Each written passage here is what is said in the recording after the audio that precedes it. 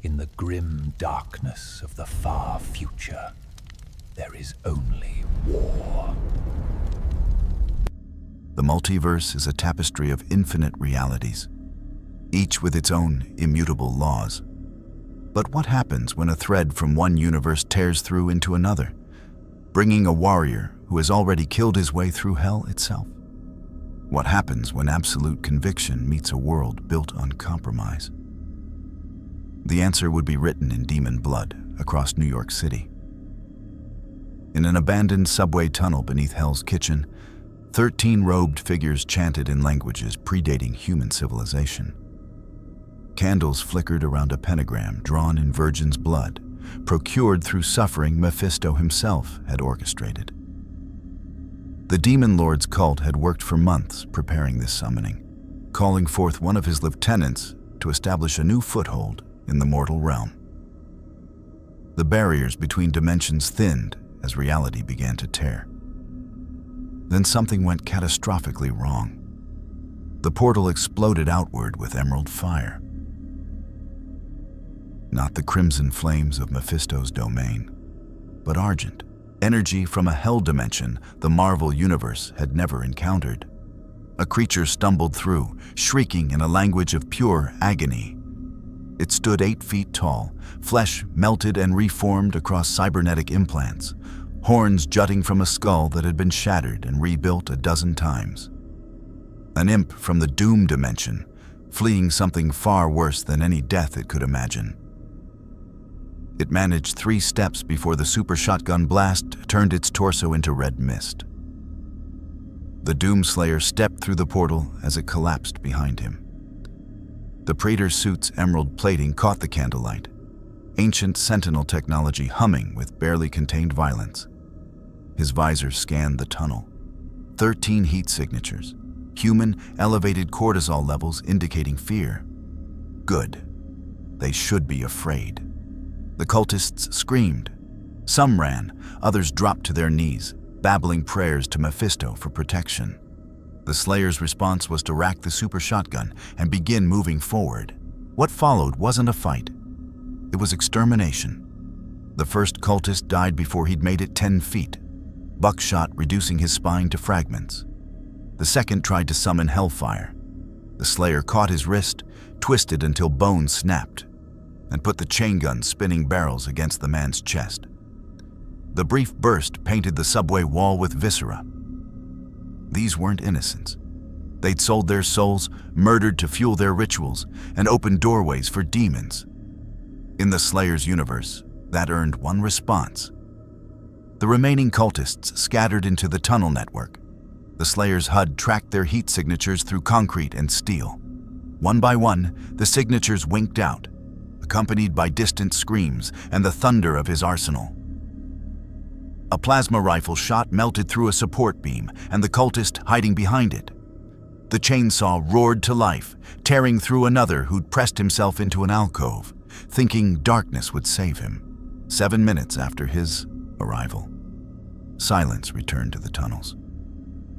The Slayer stood in the original chamber, boots splashing through pooled blood that mixed with scattered demonic ash. His HUD displayed 0 hostile contacts, 0 demonic signatures within immediate range. But the Praetor's suit's sensors detected something else.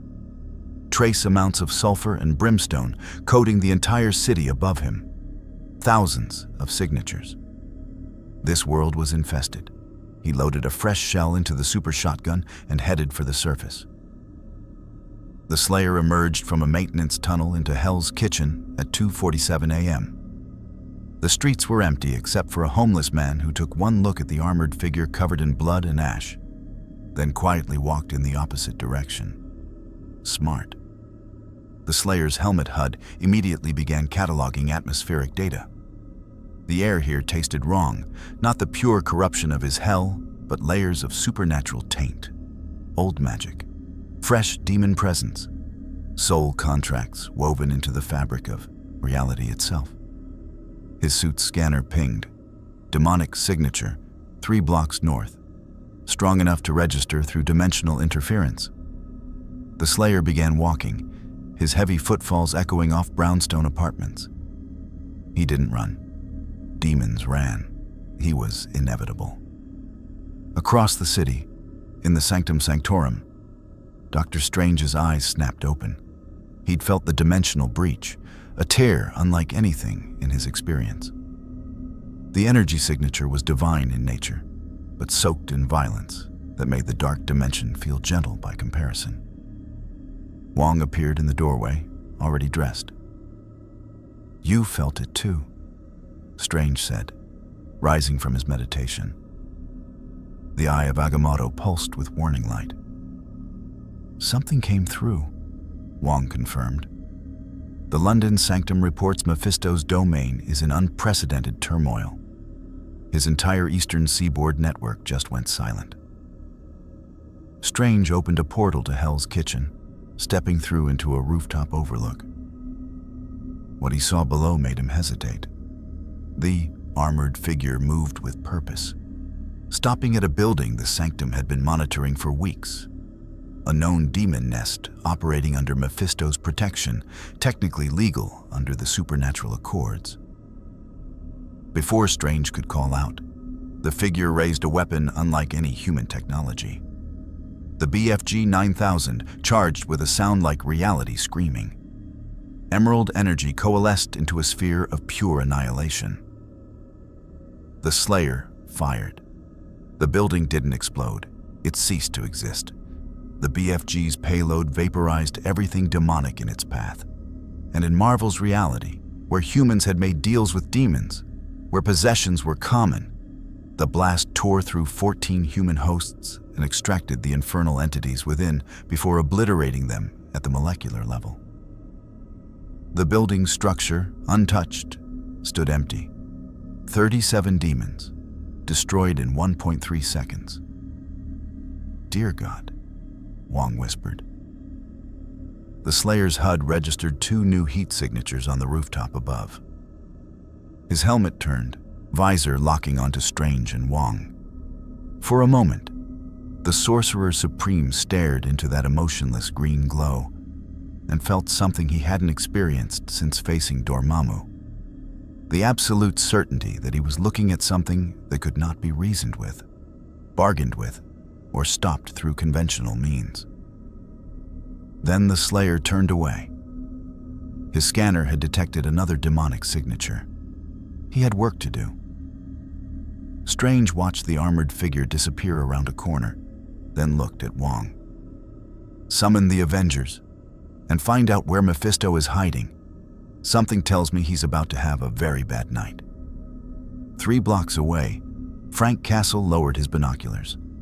The Punisher had been tracking the same demon nest for weeks, waiting for the right moment to strike. He'd watched this newcomer accomplish in seconds what would have taken him hours of careful planning. He'd seen the building clear out, seen the precision of someone who didn't just fight demons. He erased them. Frank smiled for the first time in weeks. He didn't know who this was, but he knew one thing with absolute certainty. Hell's Kitchen was about to get a lot cleaner. The Doomslayer's HUD registered 47 demonic signatures within a 5-mile radius. He checked his ammunition reserves, sufficient for immediate operations. The crucible hung at his side, its argent energy core pulsing with patient malevolence. This world's demons thought themselves safe, protected by their heroes and their balance. They would learn the same lesson Hell had learned eons ago. When the Doomslayer arrives, there is no sanctuary. There is no negotiation. There is only rip and tear until it is done. If you want to see more crossover battles and unexpected universe collisions, hit that subscribe button and drop the name of a character and universe you'd want to see in the comments below. Let's explore the infinite together. The hunt had begun. The Punisher had seen a lot of impossible things in his war on crime. He'd fought alongside superheroes, watched gods battle in the streets, seen technology that defied physics. None of it had impressed him much. Power didn't mean commitment, and commitment was what separated soldiers from pretenders. But watching this armored figure systematically dismantle Hell's Kitchen's demon population with the efficiency of a factory worker clocking overtime, that was something worth paying attention to. Frank tracked the Slayer for 40 minutes, rooftop to rooftop, watching the pattern emerge. The armored warrior moved in calculated sweeps, clearing blocks with mathematical precision. No hesitation, no mercy, no collateral damage to civilians. Only demon hosts were targeted. The innocent bystanders somehow always clear of the blast radius. Either incredible luck or sensors far beyond S.H.I.E.L.D.'s capabilities. The Slayer hit a warehouse on the waterfront next. Frank's intel marked it as a distribution center for a drug operation with ties to Blackheart's trafficking network. Demons didn't just possess humans here. They ran businesses, filed taxes, operated within the law's gray areas. It made them harder to fight, protected by lawyers and corrupt officials. The Slayer didn't seem to care about legal protections. He didn't breach the door. He tore it off its hinges with one hand and threw it 30 feet into the harbor. The demons inside had perhaps 2 seconds of warning before the Slayer crossed the threshold. Frank heard the gunfire through his surveillance equipment, counted the shots. Precision. Every round accounted for, every blast calculated for maximum demon elimination, while leaving the building's structural integrity intact. Then came sounds he'd never heard before. Mechanical whirring, tearing, wet crunching, and screams that ended abruptly. 4 minutes later, the Slayer emerged. His armor was painted with black ichor that evaporated into sulfurous smoke. He carried no bodies, took no trophies, just walked back into the street and consulted his HUD for the next target. Frank made his decision. He descended from the rooftop using a fire escape, landing in the street 30 yards behind the Slayer. "Hey!" The armored figure stopped. Didn't turn, but Frank could feel the attention shift. Sensors likely cataloging his threat level, weapons, ammunition count. Frank kept his hands visible, rifle slung across his back. "Name's Frank Castle. People call me the Punisher. I've been hunting demons in this city for 3 years." He took 3 careful steps forward. "You cleared out more nests in 1 hour than I've managed in 6 months. Professional respect, that's some damn fine work." The Slayer turned slowly. Up close, Frank could see the details his binoculars had missed. The armor wasn't just advanced, it was beyond anything human engineering could produce.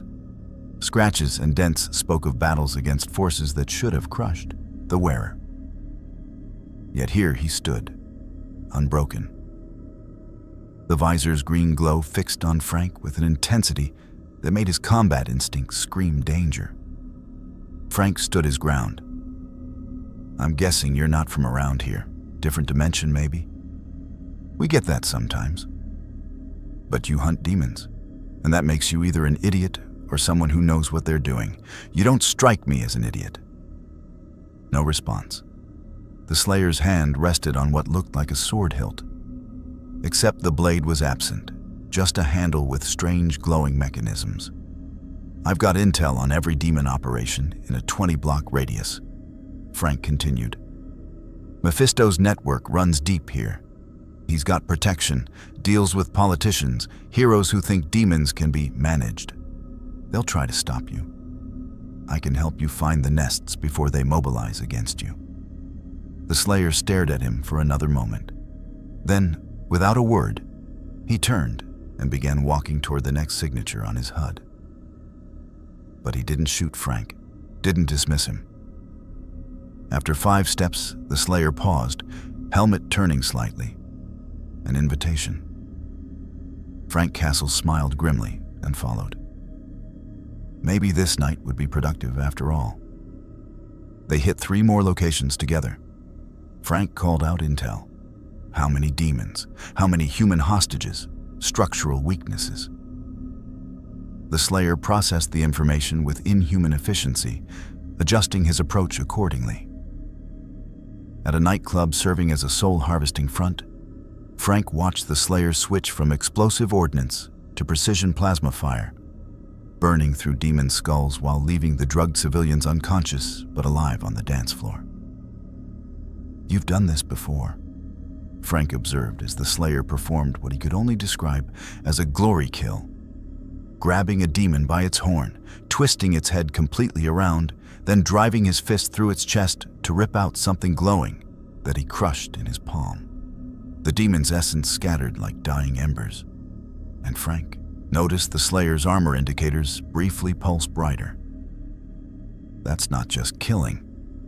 You're absorbing something from them." The Slayer said nothing, but Frank was starting to understand. This wasn't a soldier. This was a predator, and demons were his natural prey. Then Daredevil arrived, and everything got complicated. Matt Murdock swung into the alley behind the nightclub just as the Slayer finished clearing the last demon from the loading dock.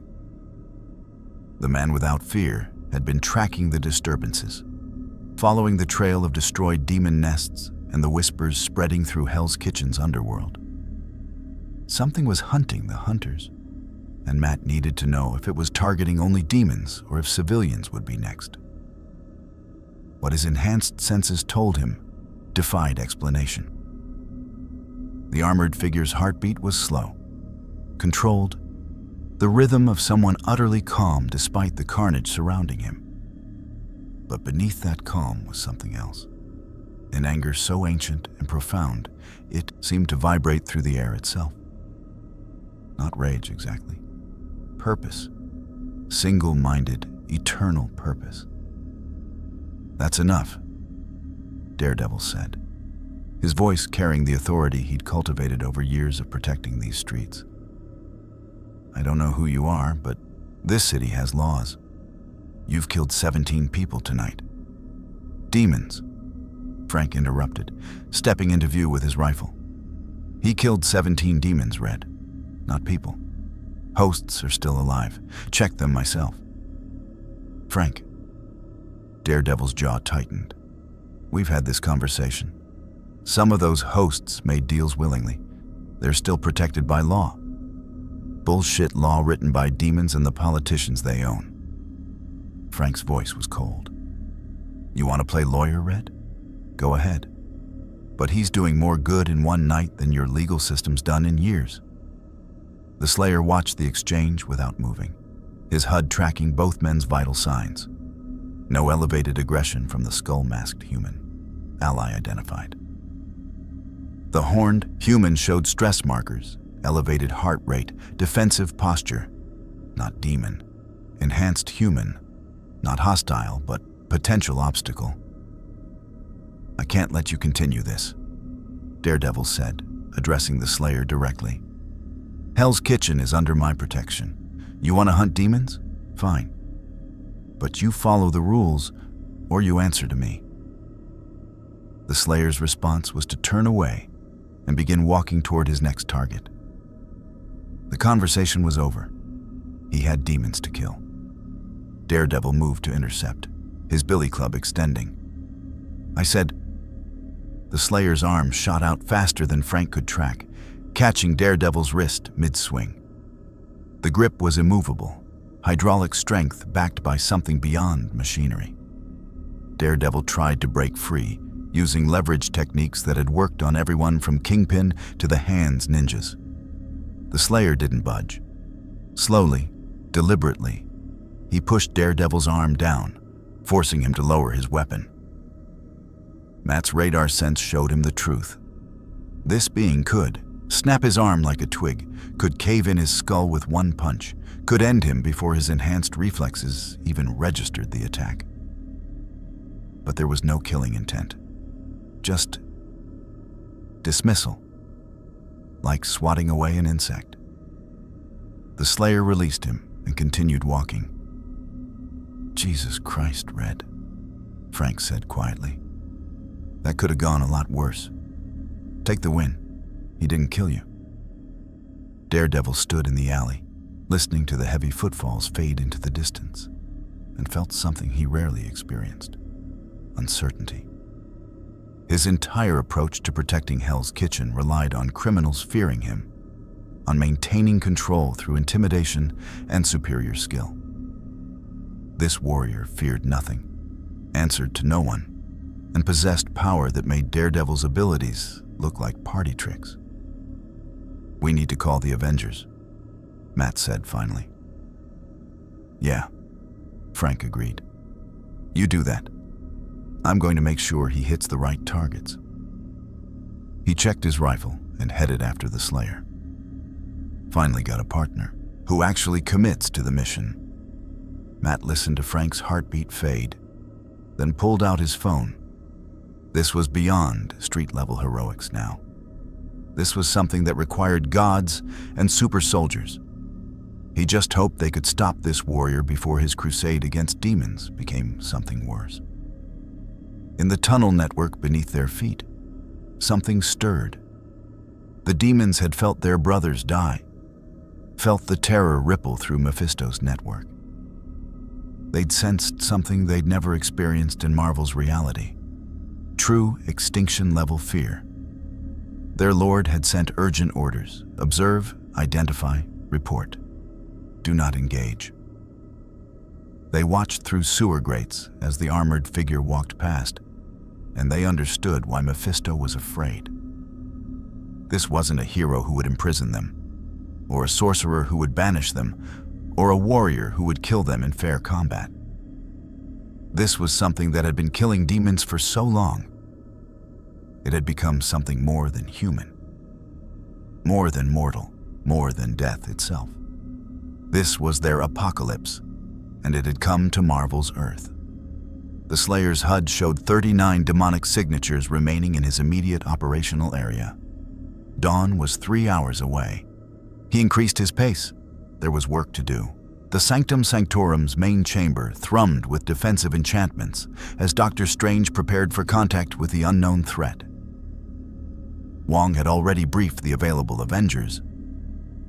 Captain America was inbound, Iron Man was suiting up, and Thor had been contacted on New Asgard. But Strange knew that whatever was hunting demons in Hell's Kitchen wouldn't wait for Earth's mightiest heroes to assemble. He needed to understand what they were dealing with before this escalated into something catastrophic. Strange opened a portal directly in front of the Slayer as he emerged from a condemned apartment building. The Sorcerer Supreme stepped through, hands already positioned in defensive casting forms, the cloak of levitation ready to intercept any attack.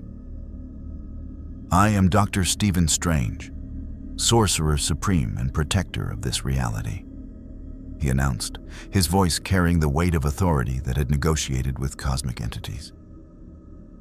"You've destroyed 17 demon nests in the past 2 hours. I need to know who you are and why you're here." The Slayer stopped. His HUD identified the floating human as the source of the dimensional manipulation he detected earlier.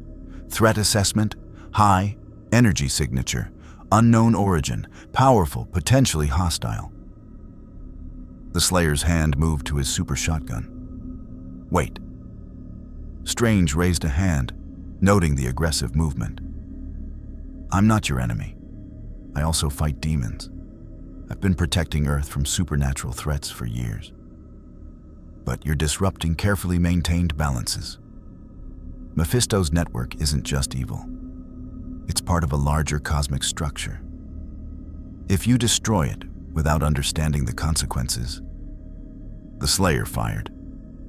The shotgun blast hit Strange's shield spell, buckshot vaporizing against mystical energy. Strange's eyes widened, not at the attack itself, but at the energy readings. The ammunition wasn't standard ordnance. It was infused with something his magic couldn't classify, energy that is spells, recognized as fundamentally antithetical to demonic essence. "You're making a mistake," Strange said, reinforcing his shields. "I'm trying to help you understand." The Slayer switched to his plasma rifle and fired 3 precise bursts.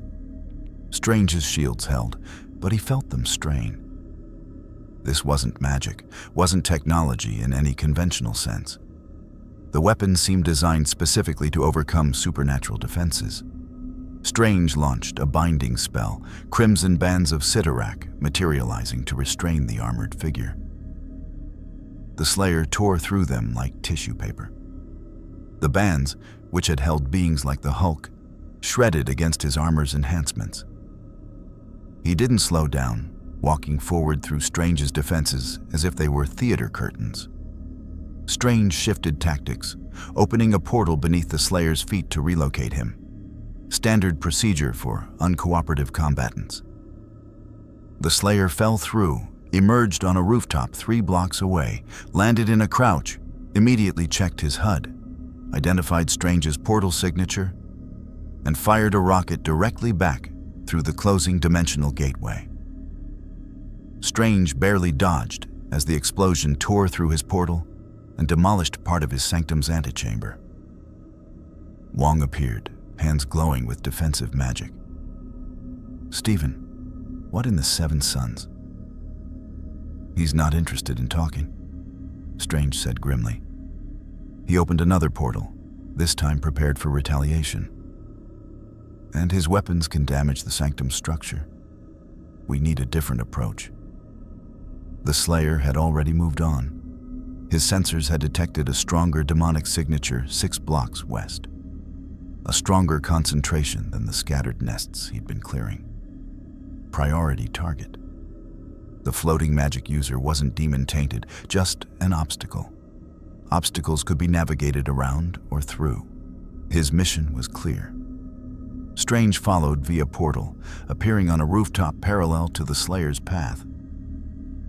He tried a different approach, projecting his astral form directly into the Slayer's mind, a technique that allowed him to communicate beyond language barriers, to see intentions and memories.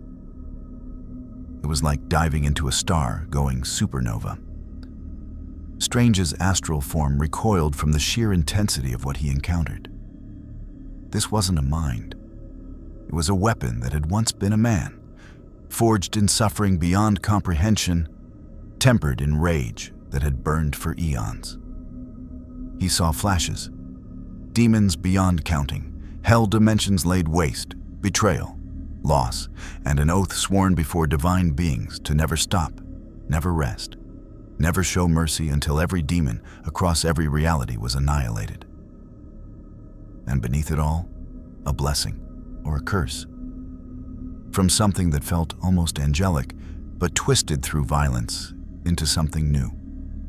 A divine purpose corrupted by absolute commitment. This being couldn't stop hunting demons even if he wanted to. It was what he was now. His entire existence, reduced to a single eternal imperative. Strange withdrew, gasping, his physical body staggering on the rooftop.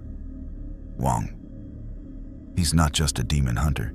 He's been altered at a fundamental level. Something made him into a living weapon against demonic forces. He can't negotiate, can't compromise. It's not in his nature anymore.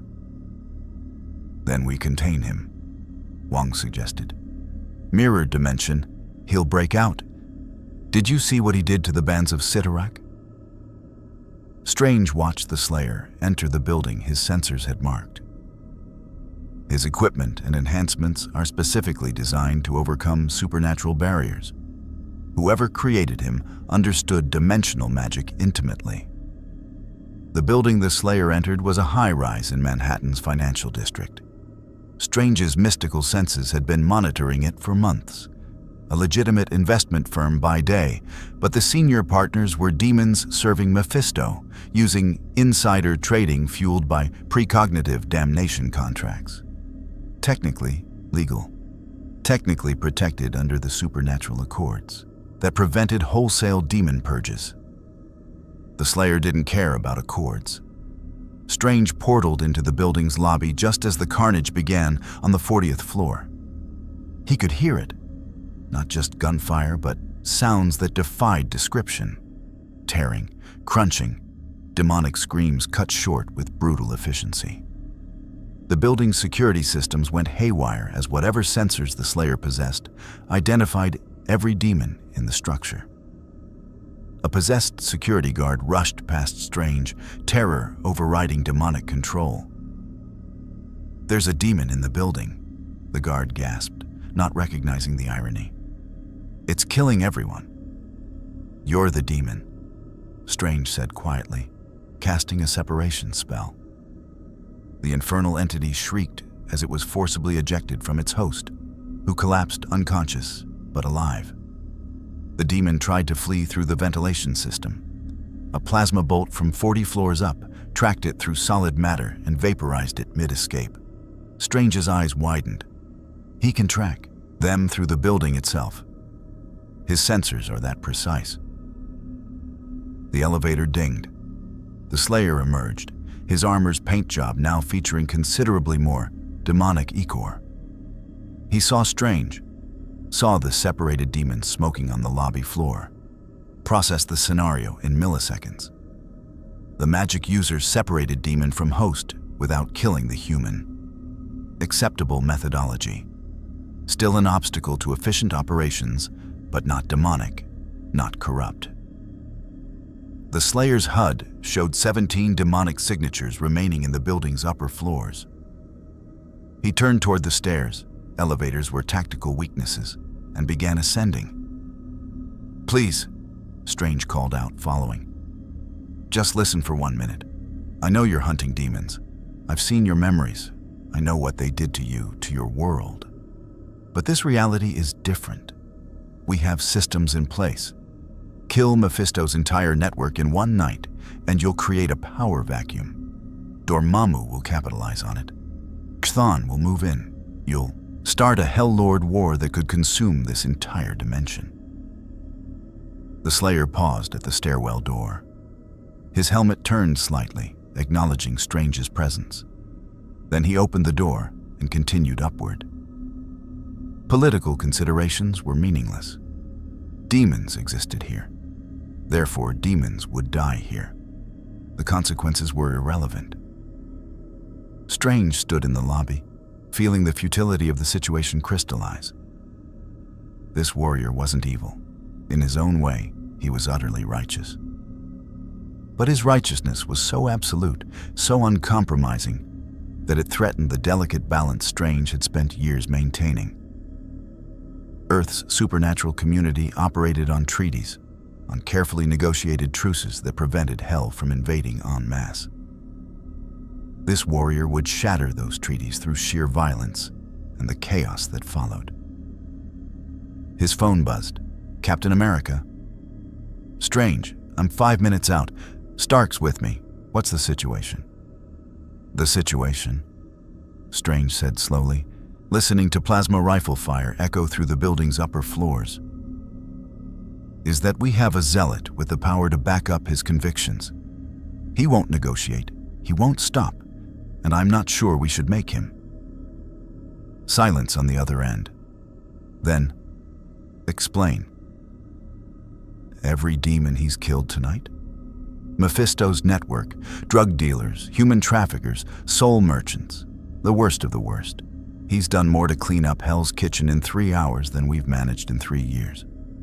The problem is he doesn't recognize the difference between demons we can rehabilitate and demons that need to be destroyed. To him, they're all the same. So he's a vigilante with extreme methods. We've dealt with that before." "No, Steve, he's not a vigilante. He's a force of nature. I touched his mind, briefly. He's been doing this for lifetimes. He's killed so many demons that it's not vengeance anymore, not justice. It's ecosystem management. He treats demon extermination the way we treat breathing." Strange watched as another demon corpse was thrown through a 40th floor window, tumbling to the street below before evaporating into sulfurous ash. "And I'm starting to wonder if he's right." Captain America's voice was firm. "We don't execute, Stephen. No matter how guilty someone is, we bring them in. We follow the law. If this warrior can't operate within those boundaries, then what? We fight him? Steve, I hit him with the bands of Sidorak. He snapped them like rubber bands. His weapons can penetrate my strongest shields. And his determination." Strange trailed off. remembering the inferno of purpose he'd encountered. I don't think anything short of killing him would stop him, and I'm not convinced he can be killed. The Slayer emerged from the building 15 minutes later. Every demon was dead. Every human host was alive, unconscious, and would wake with no memory of their possession and legally actionable evidence of the investment fraud they'd been coerced into. The Slayer had somehow accessed and downloaded their computer records during the massacre, storing proof of crimes that could be provided to proper authorities. Efficient, thorough, absolutely merciless to demonic entities, but precise enough to spare every innocent. It was, Strange had to admit, impressive. The Slayer's HUD showed dawn approaching. 12 demonic signatures remaining in operational area, but energy reserves required monitoring. Ammunition adequate. Crucible energy full. Assessment: continue operations until daylight forces demons into hiding, then establish operational base. He began walking toward the next signature. Behind him, Dr. Strange stood in contemplation, the cloak of levitation billowing with agitation. The Sorcerer Supreme faced a decision that would define his tenure. Protect the supernatural status quo he'd maintained for years, or allow this warrior to tear it all down and see what emerged from the ashes. A portal opened 50 feet ahead of the Slayer. Captain America stepped through, shield on his arm, with Iron Man hovering overhead in full armor. The Avengers had arrived. The Slayer checked his ammunition and kept walking. Obstacles were expected. The mission continued regardless, in a dimension that existed between moments, where reality bent to the will of those who had sold their souls. Mephisto sat upon his throne of calcified suffering and felt something he hadn't experienced in millennia: genuine fear.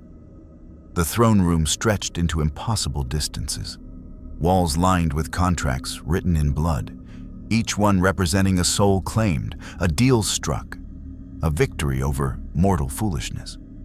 Thousands of his demonic servants filled the hall, imps, hellhounds, possessed souls elevated to minor demon status, all awaiting their master's commands. But tonight, the hall was silent. Tonight, the Lord of Lies had no clever words, because in the past 4 hours, he'd lost 43 operatives on Earth. Not banished, not imprisoned, not sent back to hell to regenerate. Destroyed. Completely. Whatever this armored warrior was using, it didn't just kill demons. It erased them from existence.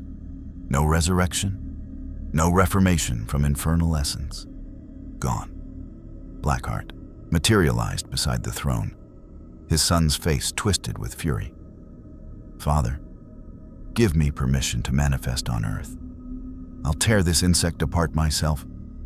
You'll do nothing of the sort. Mephisto's voice cracked like breaking bones. Do you have any idea what we're dealing with? A well-armed mortal with demon-hunting equipment. I faced the Ghost Rider, fought Thor himself. This is not the Ghost Rider. Mephisto rose from his throne, and the temperature in the throne room dropped 50 degrees. I've been monitoring Earth for thousands of years. I've seen the Sorcerer Supreme in battle, watched the Asgardians wage war, observed the Avengers defend their realm. This warrior? He's from somewhere else, somewhere worse. He gestured, and a viewing portal opened, showing the Slayer's recent activities. Blackheart watched as the armored figure tore through a demon nest with efficiency that bordered on the artistic. No wasted movement, no hesitation, no mercy. See how he moves? Mephisto pointed. That's not training. That's instinct burned into his very existence through repetition beyond counting. He's done this before, not hundreds of times, not thousands. He's been killing demons for so long that it's become his natural state of being. Then we kill him, Blackheart insisted. Mass manifestation. Every demon in New York converges. And he'll kill them all. Mephisto's clawed hand clenched. You still don't understand. This warrior doesn't just hunt demons, he's fought through hell itself. I can sense it on him. Divine blessing corrupted by violence, rage that's transcended mortality. Whoever he was before, he's something else now. Something that exists purely to end us. Satana, Mephisto's daughter, stepped forward from the shadows. "So, what do you propose, Father? We abandon Earth, surrender our investments, our contracts, We adapt." Mephisto began pacing, his mind racing through millennia of accumulated cunning. Earth's heroes are already moving to contain him. Captain America's moral rigidity, Thor's respect for established order, the Sorcerer Supreme's commitment to balance. They'll see him as a threat to their precious stability. We let them fight our battle. The Avengers? Blackheart laughed bitterly. They're barely capable of defeating us when we manifest fully. You think they can stop? They don't need to stop him. They just need to slow him down. Mephisto's eyes gleamed with malicious intelligence. We mobilize every Hell Lord with holdings on Earth. Dormammu in his dark dimension, Chthon's followers, Hela's death cults, even Nightmare in his dream realm. We present a united front, not to fight this warrior directly, but to demonstrate to Earth's heroes what happens when the supernatural balance is disrupted. Satana smiled slowly. A Hell Lord summit. It's been centuries since the last one. And it will terrify the Avengers more than 1,000 demonic invasions. Mephisto returned to his throne, his confidence rebuilding. They'll see every major Hell Lord working together and realize that this warrior isn't their savior. He's the catalyst for apocalypse. They'll have no choice but to imprison him, banish him, or kill him to prevent total chaos. And if they fail? Blackheart asked. Mephisto's expression darkened. Then we retreat to our home dimensions, seal the portals, and let Earth become his hunting ground until he either leaves or dies of old age. Better to lose one world than risk extinction. The assembled demons murmured with unease. Their master, the Prince of Lies, who had manipulated gods and mortals alike, was proposing retreat. The implications were staggering. "Send emissaries to the other Hell Lords," Mephisto commanded. "Tell them the crisis we face, and someone find out where this warrior came from. Every dimensional breach leaves traces. I want to know what kind of hell produces a predator like this. On Earth, the confrontation was already beginning." Captain America stood in the center of the street, shield raised in a non-threatening but ready position. Iron Man hovered 20 feet up, repulsors charged but not aimed. Doctor Strange floated behind them, hands positioned for rapid spell casting. They'd evacuated the block. No civilians would be caught in whatever came next. The Doomslayer walked toward them with the inevitability of a glacier. His HUD had already categorized each threat. Vibranium alloy shield, kinetic absorber, non-lethal bypass recommended. Powered armor with arc reactor, sophisticated tech, target power source if hostile engagement required, and the magic user from earlier, dimensional manipulation, high threat priority. Assessment. None showed demonic corruption, all showed elevated stress markers. Conclusion. Potential hostile engagement with non-demonic entities. Parameters. Avoid lethal force. Proceed to primary objective. "That's far enough," Captain America called out, his voice carrying the authority of a man who'd faced down armies. "I'm Captain America. This is Iron Man and Doctor Strange. We need you to stand down and explain your actions tonight." The Slayer kept walking. I said stop. Cap's voice hardened. "I don't know where you're from or what your mission is, but in this world, we have laws. You've destroyed property, engaged in vigilante executions." "They weren't executions," Strange interrupted quietly. Every demon he's killed tonight was actively engaged in criminal activity, human trafficking, soul trading, murder, and he's left every human host alive. His methods are brutal, but they're precise. That doesn't give him the right to act unilaterally, Cap responded. We have systems, Stephen. Courts, justice. Justice that demons manipulate constantly, Strange countered. How many times have we caught Mephisto's agents only to have them lawyer their way free? How many deals are written to exploit legal loopholes? This warrior doesn't care about our bureaucracy. Tony Stark's QD was running analysis on the Slayer's equipment, and the results made his engineering degree feel inadequate. Guys, I'm getting some seriously weird readings. That armor isn't any metal I recognize. Its reading is part biological, part unknown alloy. And his weapons? The energy signatures are completely alien. We're not dealing with stolen shield tech or Stark Industries knockoffs. This is something else entirely. The Slayer reached the 12-foot mark from Captain America. Close enough to see the determination in the soldier's eyes, the way his grip on the shield tightened with preparation. The human had combat experience, significant, decades worth, respectable, but irrelevant. The Slayer sidestepped, moving to walk around Cap. I can't let you pass. Cap moved to block him. Shield up. Not until you answer our questions. The Slayer stopped. For a moment, the street was silent except for distant sirens and the hum of Iron Man's repulsors. Then the Slayer reached up and tapped the side of his helmet twice. A gesture of frustration or acknowledgement, Cap couldn't tell.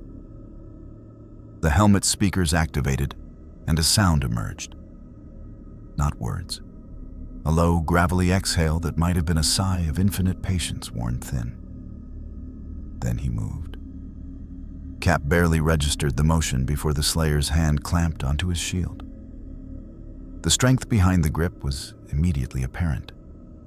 This wasn't enhanced human strength like the super soldier serum.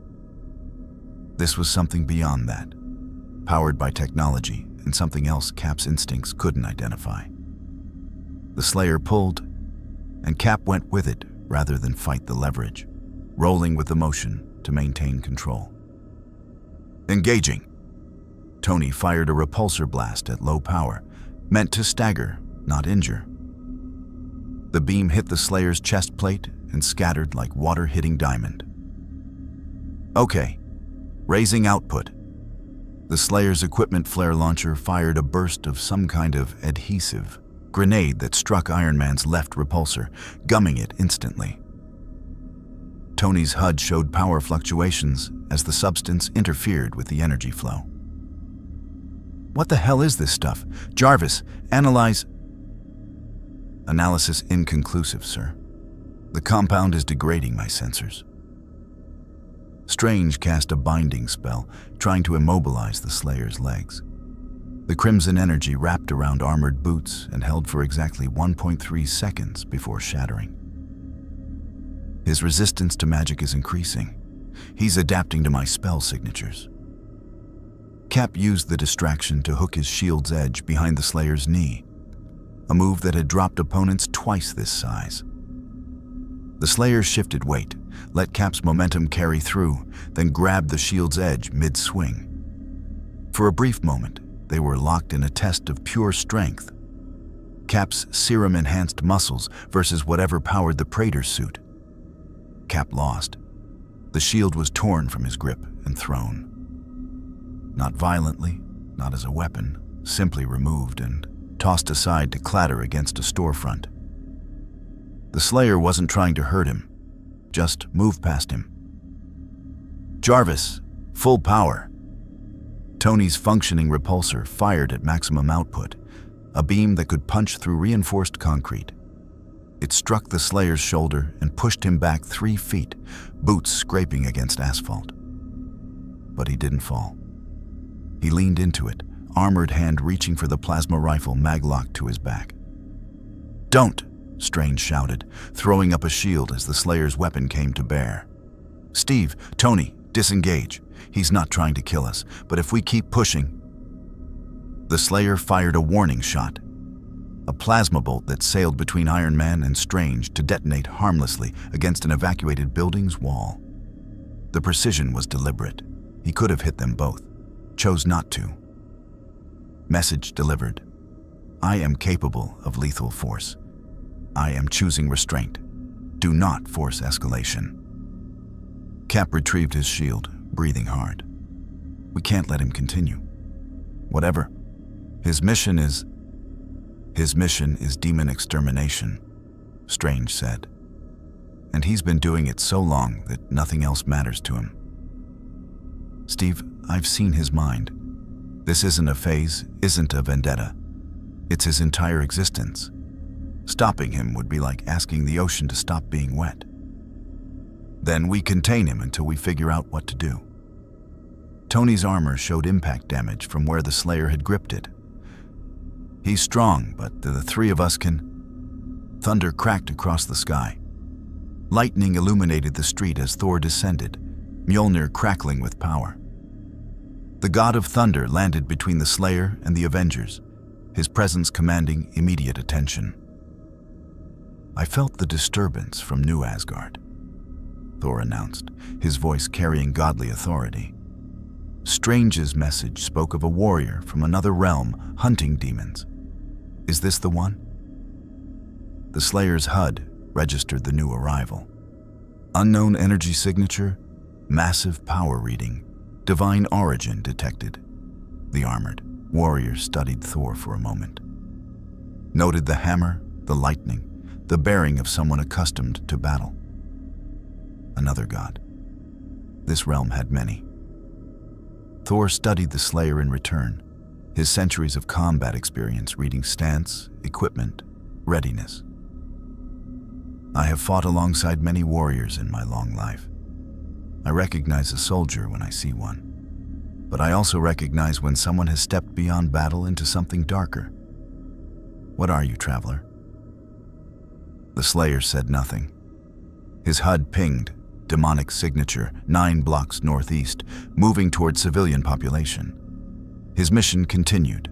He began walking. Thor moved to block him, Mjolnir raised. You will answer when the God of Thunder addresses you. The Slayer drew the crucible. The blade ignited with argent energy, a sword of pure power that hummed with barely contained violence. Thor's eyes widened. He recognized divine craftsmanship when he saw it. And this weapon had been forged by beings who understood warfare at a cosmic level. By the Allfather, Thor breathed. That blade, it's been fed, not with blood, but with extinction itself. The Slayer held Thor's gaze through his visor. The message was clear. I respect your power. I acknowledge your authority. But I will walk past you to reach my target. Choose whether this will be easy or hard. The standoff stretched for 5 seconds that felt like eternity. Then Strange spoke quietly. Thor, let him go. What? Cap turned to the Sorcerer Supreme. Stephen, there's a demon 9 blocks from here. I can sense it now. It's hunting. 2 children, a mother, cornered in an alley. The demon is taking its time, feeding on their fear before the kill. Strange's face was grim. He knows. His sensors detected it. That's why he's trying to leave. Not because he's fleeing from us, but because every second we delay him, those people are in danger. Thor looked at the Slayer with new understanding. You would fight through 4 Avengers to save strangers. The Slayer's only response was to deactivate the crucible and maglock it to his armor. Then he reached down, picked up Captain America's shield from where it lay on the ground, and held it out. Not a threat, a return of property. His way of saying, this doesn't need to be a fight. Cap took the shield slowly, studying the blank visor. If we let you go, will you work with us? Follow some kind of protocol? The Slayer turned and began walking northeast at increased speed. The answer was obvious. The mission doesn't change. Cooperation is acceptable only if it increases efficiency. Well, Tony said after a moment, watching the armored figure disappear around a corner. That could have gone worse. Could have gone better too, Cap replied. Strange. Can you track him? I can, but Steve... Strange floated down to street level. We need to make a decision. That warrior isn't going to stop. He's going to keep hunting demons until he's eliminated every single one on Earth, or until something kills him. The question is, do we help him or hinder him? We maintain order, Cap said firmly. That's our job. Our job is protecting people, Tony countered. And I checked the police reports while we were talking. 43 demon-related criminal operations shut down tonight. 0 civilian casualties. He's got a better record than we do. Thor hefted Mjolnir thoughtfully. Asgard has known warriors like this. Champions who become so consumed by their cause that they transcend mortality, become living weapons. They are dangerous, yes, but they are also necessary. Sometimes the monsters we fight cannot be defeated by those who still hold to mercy. That's not what we stand for, Cap insisted. Perhaps not. Thor met his gaze. But perhaps this realm needs someone who stands for something darker. Someone who does what we cannot bring ourselves to do.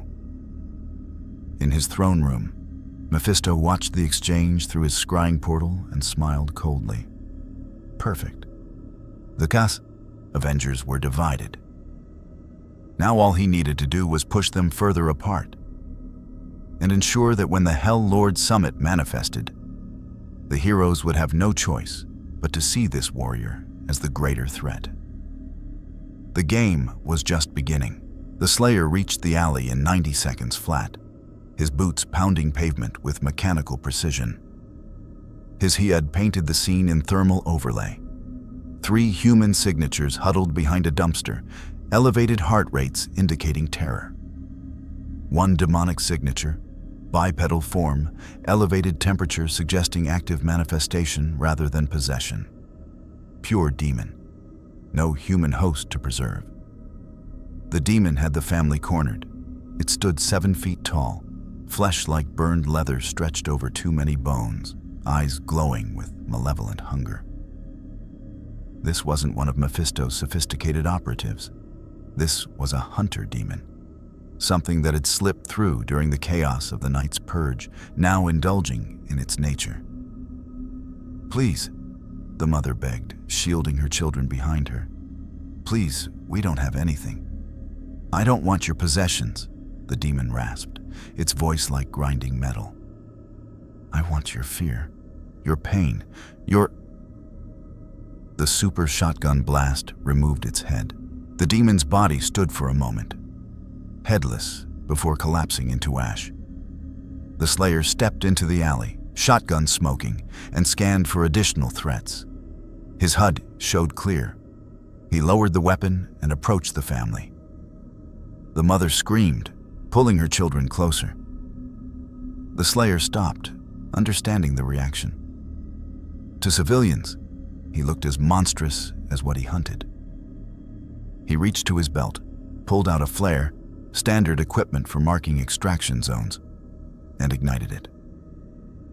Red light bathed the alley, signal for authorities, help coming. He placed the flare on the ground between them and the alley entrance, then turned and walked away without a word. The family was safe. The mission continued. Wait, the mother called out. The Slayer paused. Thank you. I don't know who you are, but thank you.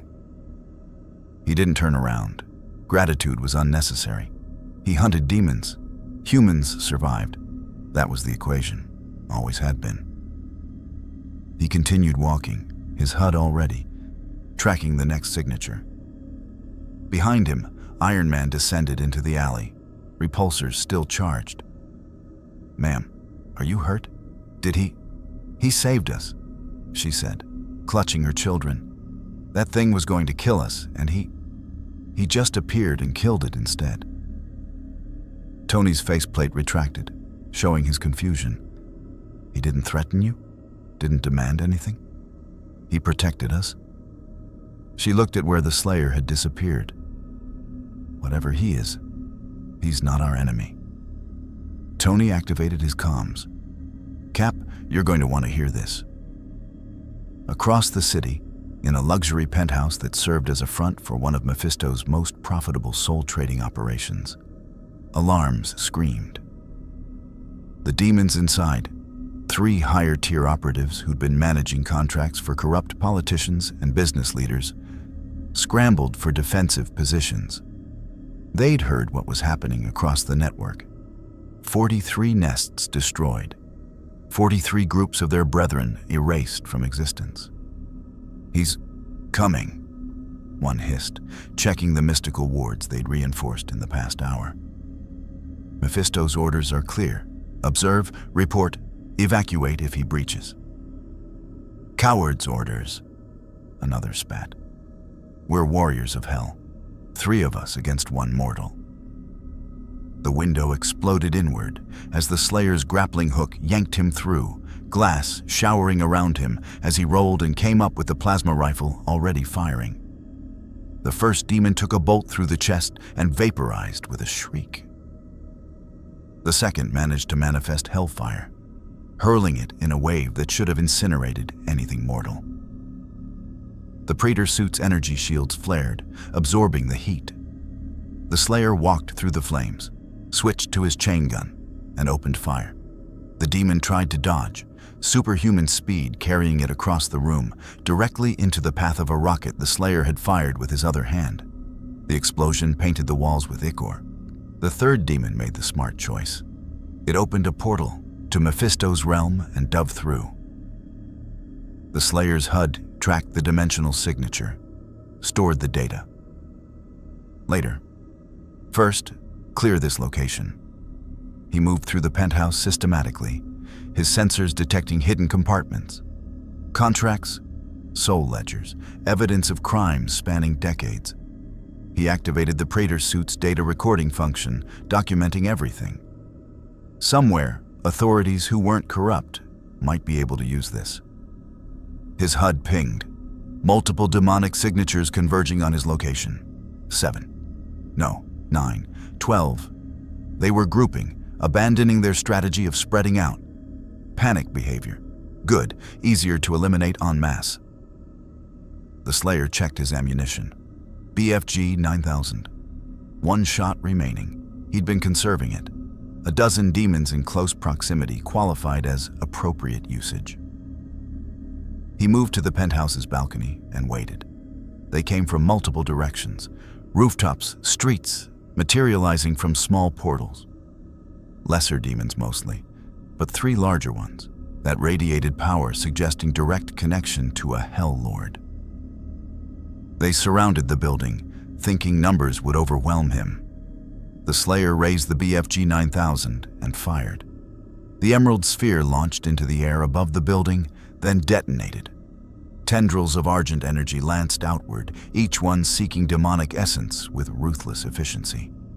The demons didn't even have time to scream. 12 signatures, eliminated in 2.4 seconds. Their ashes drifted on the Manhattan wind. The Slayer's HUD recalibrated. 5 demonic signatures remaining in his operational area. Dawn was 30 minutes away. He could finish the sweep before daylight forced the survivors into hiding. Then his sensors detected something else. Multiple portal signatures, far larger than anything he'd encountered tonight. His HUD struggled to classify the energy readings, not standard demon portals, but dimensional breaches coordinated simultaneously. Someone was opening pathways from multiple hell dimensions at once. This wasn't demons fleeing. This was a statement. In 13 locations across New York City, reality tore open. From Mephisto's realm came legions of lesser demons, a show of force. From the dark dimension, Dormammu's mindless ones materialized, hulking creatures of pure mystical energy. From Chthon's prison dimension, dark magic practitioners appeared, channeling their imprisoned god's power. Even Hela's death cultists manifested, dragging shadows that whispered of Niflheim. The Hell Lords had made their move. Not a full invasion that would unite Earth's heroes immediately. Just enough of a presence to demonstrate what would happen if their networks were completely destroyed. A glimpse of the chaos that the Slayers' crusade would unleash. The Sanctum Sanctorum's alarms screamed. Strange portaled into the main chamber where Wong was already coordinating with the other sanctums. Report. Simultaneous breaches at 13 points, Wong said grimly. Every major Hell Lord with AIM holdings on Earth just manifested forces. It's not an invasion, it's a demonstration. They're scared, Strange realized. The Slayers pushed them to coordinate, something they haven't done in centuries. He opened scrying portals, watching demons pour into the streets. But this changes everything. The Avengers will see this as proof that disrupting the supernatural balance causes chaos. Isn't it? Wong asked pointedly. Strange had no answer. At Avengers Tower, alarms blared as Jarvis detected the breaches. Tony's holographic displays showed demon manifestations across the city. Cap, we've got a situation. Multiple demonic incursions, coordinated timing. I see them. Cap was already suiting up, grabbing his shield. Thor, can you... Already moving. Thunder cracked as Thor launched from the tower. This is what I was afraid of, Cap said. That warrior destabilized everything. Now we're dealing with a full-scale demon uprising. Or, Tony countered, pulling up the timing, data. The demons are making a power play because they're terrified of him. Look at the timing, Cap. He eliminates 40+ operations in one night, and suddenly every Hell Lord manifests simultaneously. That's not opportunism. That's panic. Cap paused. You think this is a response to him? I think we're caught between two forces, Tony said. A demon hunter who won't stop, and demons who are willing to burn the city down rather than let him succeed. The Slayer's HUD tracked all 13 breach points simultaneously. His tactical analysis was immediate. Scattered demon forces attempting to overwhelm response capabilities through numerical advantage. Standard Hell military doctrine. He'd seen it 1,000 times before. But this wasn't his Hell. These were different hierarchies, different demon types operating under separate command structures. Inefficient. They'd never coordinated like this before. Their manifestation patterns showed hesitation, uncertainty in their movements, forced cooperation between entities that usually competed. Analysis. Fear-driven response. Conclusion. He was winning. The Slayer selected the nearest breach point, 3 blocks south, 27 demons manifesting in Times Square. High civilian density, priority target. He began moving, loading fresh ammunition as he ran. He arrived to chaos. Demons rampaged through the square, terrifying tourists and late-night workers. Most were fleeing, but some were trapped in shops and restaurants. The demons weren't killing efficiently, they were making a spectacle, proving they could manifest en masse whenever threatened. The Slayer didn't announce himself. He simply raised his chain gun and opened fire. The demons turned as their rearguard was shredded by armor-piercing rounds. They saw the lone armored figure walking toward them through the neon lights of Times Square, and their formation wavered. Orders said hold position, make a statement. Instinct said run, this is the predator who's been erasing us from existence. Instinct won. Half the demons broke formation, attempting to scatter. The Slayer switched to his rocket launcher and fired airburst munitions that detonated above them, raining shrapnel that tore through demonic flesh. The survivors tried to fight back. Hellfire, claws, demonic strength that could rend steel. The Slayer activated his equipment launcher, firing a frag grenade into their clustered position. The explosion staggered them. He closed distance with inhuman speed, drawing the super shotgun, and entered close combat. This was where he excelled. This was where demons learned that teeth and claws meant nothing against a warrior who'd been killing them for eons. A demon lunged, claws extended. The Slayer sidestepped, grabbed its arm, used its momentum to flip it over his shoulder, then planted a boot on its chest and fired the shotgun point blank into its face. Glory kill. Health and ammunition replenished. Another demon tried to flank. He spun, caught it by the throat, slammed it into the pavement hard enough to crack concrete, then stomped its skull to paste. The remaining demons broke completely, fleeing in all directions. The Slayer let them go.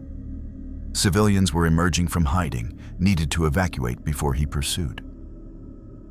He'd learned that lesson ages ago. Sometimes, the hunt waited for innocent lives to clear the battlefield. Iron Man arrived as the last demon vanished into a portal. Tony's HUD showed the carnage, 27 demons reduced to ash and ichor in under 3 minutes. Okay, I'm officially impressed and horrified. The Slayer ignored him, checking his HUD. 12 breach points remained active. He selected the next nearest. Wait. Tony landed in front of him. We need to talk. This isn't just you hunting anymore. Every Hell Lord on Earth just manifested forces simultaneously. You're not just killing demons. You're starting a war. The Slayer's HUD showed Tony's armor integrity, power reserves, weapon, systems, assessment, non-hostile, attempting negotiation. The billionaire had intelligence, resources, and genuine concern for civilian casualties. Potential asset if cooperation could be established. But cooperation required communication, and the Slayer had nothing to say. He'd heard this argument before across countless realities, from well-meaning authorities who thought demons could be managed, controlled, negotiated with. They were always wrong. Hell always won when given compromise. He stepped around Tony and continued toward the next breach point. Damn it, will you just... Tony flew ahead, blocking his path again. I get it, okay? You hunt demons. That's your thing. Fine. But you're in our reality now, and our reality has rules. You can't just... The Slayer drew his plasma rifle. Tony's hands came up defensively, repulsors charging. Whoa, hey, I'm trying to help. The Slayer fired past Tony's shoulder. The plasma bolt struck a demon that had been creeping up behind the hero, materializing from a stealth portal. The demon shrieked as it burned, collapsing into ash. The Slayer lowered his weapon, the point made. I'm not your enemy. Your enemies wear different faces. Tony turned, saw the demon's remains, then looked back at the Slayer. Right, okay. Message received. He stepped aside. But you're making this harder for everyone. The more you push, the more they'll push back. Eventually, something's going to break. The Slayer paused. For just a moment, his helmet turned toward Tony. The armored hero saw his own reflection in that green visor. Saw a man in a high-tech suit, standing between a force of nature and its target, trying to maintain control over chaos that was rapidly spiraling beyond anyone's ability to manage. Then the Slayer walked past him toward the next breach point, and Tony understood. Something was already broken. Had been broken for a long time. The Slayer wasn't breaking it. He was exposing the fractures that had always been there. Jarvis, Tony said quietly, get me everything we have on demon activity in New York for the past decade. Criminal charges, mysterious deaths, unsolved cases with supernatural elements, everything. Compiling now, sir. May I ask why? Because I need to know if we've been fighting the wrong battle. Tony watched the Slayer disappear into the distance. And if that maniac covered in demon blood might actually be the good guy here. In Mephisto's throne room, The Hell Lord watched his demonstration unfold and felt his satisfaction curdle into concern. The Slayer hadn't been intimidated by the coordinated manifestations, hadn't been overwhelmed. He'd simply prioritized targets and begun systematically eliminating them with the same relentless efficiency he'd shown all night. Worse, the Avengers weren't uniting against him. They were fragmenting, questioning, some even appearing to sympathize with his mission. This was going wrong. The demonstration was supposed to force Earth's heroes into seeing the warrior as the primary threat. Instead, it was showing them how effective he was at eliminating demonic forces. "Father," Blackheart said cautiously, "perhaps we should withdraw." "No." Mephisto's voice was steel. "We've committed. If we retreat now, we look weak. We escalate.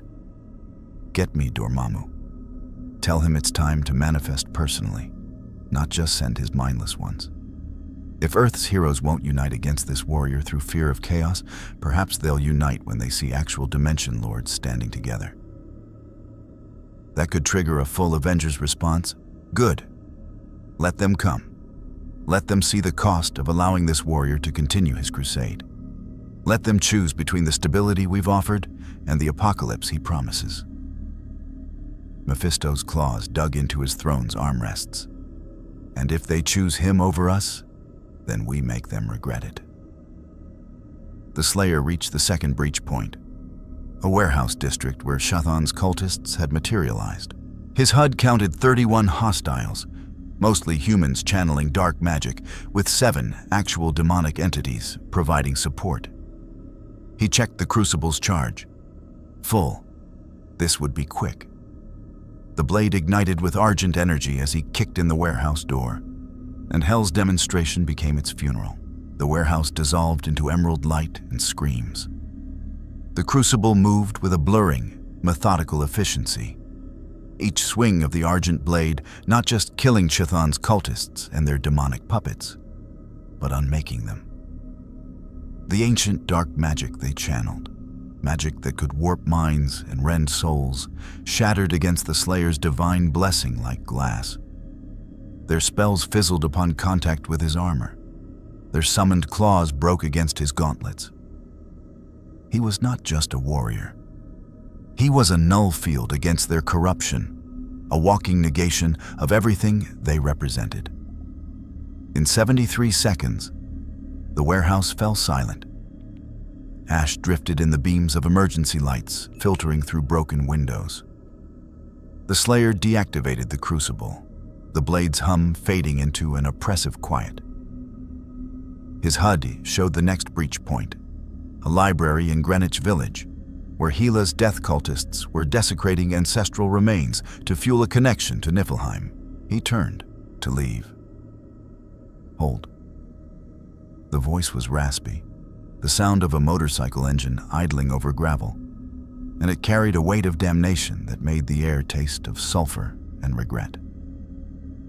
A figure stood silhouetted in the ruined doorway, wreathed in flickering hellfire. The Ghost Rider's skull glowed with an inner light, his leather jacket smoking slightly in the rain that had begun to fall outside. The Slayer's threat assessment recalibrated instantly. Entity, bipedal. Energy signature, supernatural infernal origin mixed with divine vengeance. Power level, extreme. Weapon, chain, hellfire enhanced. Designation, not demon, not human, something else. Something conflicted. Johnny Blaze, or the spirit of vengeance that shared his flesh, stepped into the warehouse, his burning gaze sweeping over the carnage. "I've been tracking you all night, seen what you do. You don't just kill demons. You erase them. That's new." The Slayer remained motionless, processors analyzing. This entity had hunted some of the same targets. Its methods were also brutal, final. Yet its energy signature was partially demonic. A paradox, a potential threat. "The spirit within me? It recognizes something in you." The Ghost Rider continued, stepping closer. The hellfire around him didn't scorch the ground. It wept. A purpose, an oath. But yours is absolute. Mine is bound to a code. To punish the guilty. Your code seems to be destroy the demonic. All of it. The Slayer's hand rested near his super shotgun. The entity's philosophical musings were irrelevant. Its nature was the question. Demonic energy, even bound to a purpose, was still a taint. Here's my problem, Ghost Rider said, his chain slithering off his shoulder like a metallic serpent. I am bound to a Hell Lord. Mephisto owns my soul. The power I wield to punish the wicked comes from him, from a demon. The burning eyes fixed on the Slayer's visor. So, by your logic, am I your enemy? The question hung in the charged air. The Slayer's tactical logic processed the variables. Entity, powered by demonic pact. Actions, consistent with demon elimination. Conclusion, asset against primary target, Hell Lords. Contradiction, asset is also derived from primary target. Risk, high potential for betrayal or corruption. He did not answer with words. He answered by turning fully to face the Ghost Rider, his posture neutral but ready. He would let the entity's actions provide the answer. Ghost Rider nodded slowly, as if he'd expected this. Yeah, that's what I thought. You don't do shades of gray. He raised his hand, and hellfire coalesced into a roaring sphere. Then let's make it simple. The Spirit wants to test you, to see if your conviction is pure, or just another kind of damnation. He hurled the fireball. The Slayer didn't dodge. He raised his arm, and the Praetor suit's energy shields flared emerald, meeting the hellfire in a cataclysmic clash of opposing energies. The warehouse trembled, shelves collapsing. Where hellfire sought to burn sin and soul, the Slayer's argent-infused shield simply negated, consuming the mystical energy with a sound like screaming glass. The Ghost Rider charged, chain whipping out with impossible speed. The Slayer caught the burning links in his fist. Hellfire that should have melted through adamantium hissed and sputtered against his gauntlet. The divine blessing woven into his very being rejected the infernal power at a fundamental level. He yanked, pulling the rider off balance, and drove a fist into his chest plate. The rider skidded back, leaving trenches in the concrete floor. Interesting, the Spirit's voice echoed. You resist corruption, not just physically, metaphysically. The rider straightened, no sign of pain. But resistance is not immunity. Let's see if your soul is as armored as your body. The Ghost Rider's eyes flared. The penance stare was not a beam, not an attack to be dodged.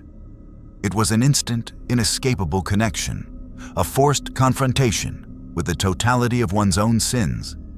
The pain of every victim reflected back upon the perpetrator with the full weight of hellfire behind it. It was the ultimate weapon against the guilty.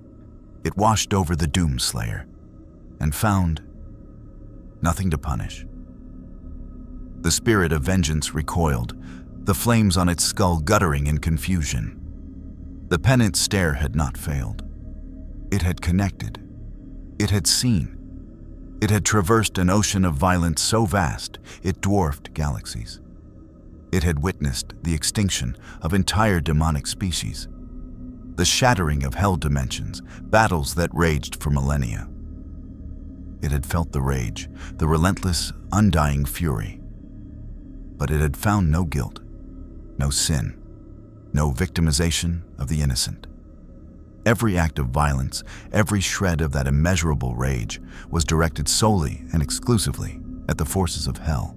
The stare searched for a spark of unnecessary cruelty, for the death of an innocent, for a moment of selfishness or corruption. It found only an endless, pristine line drawn in the sand of existence. This side, demons. That side, everything else. The Slayer stood on the side of everything else, and his hands, though drenched in eternal blood, were utterly clean in the eyes of the Spirit's cosmic justice. The Ghost Rider staggered, the flames dimming to a smolder. Johnny Blaze's voice, awed and horrified, broke through. He's pure. The Spirit. I can't judge him. There's nothing to punish. His war, it's all he is. The Slayer, who had not flinched, watched the entity's internal conflict. The paradox was resolving itself. The demonic power within the Rider was being subverted, turned against its source by a will that served vengeance, not corruption. It was an aberration, a flaw in Hell's design, but not a direct threat, not currently. He lowered his fist.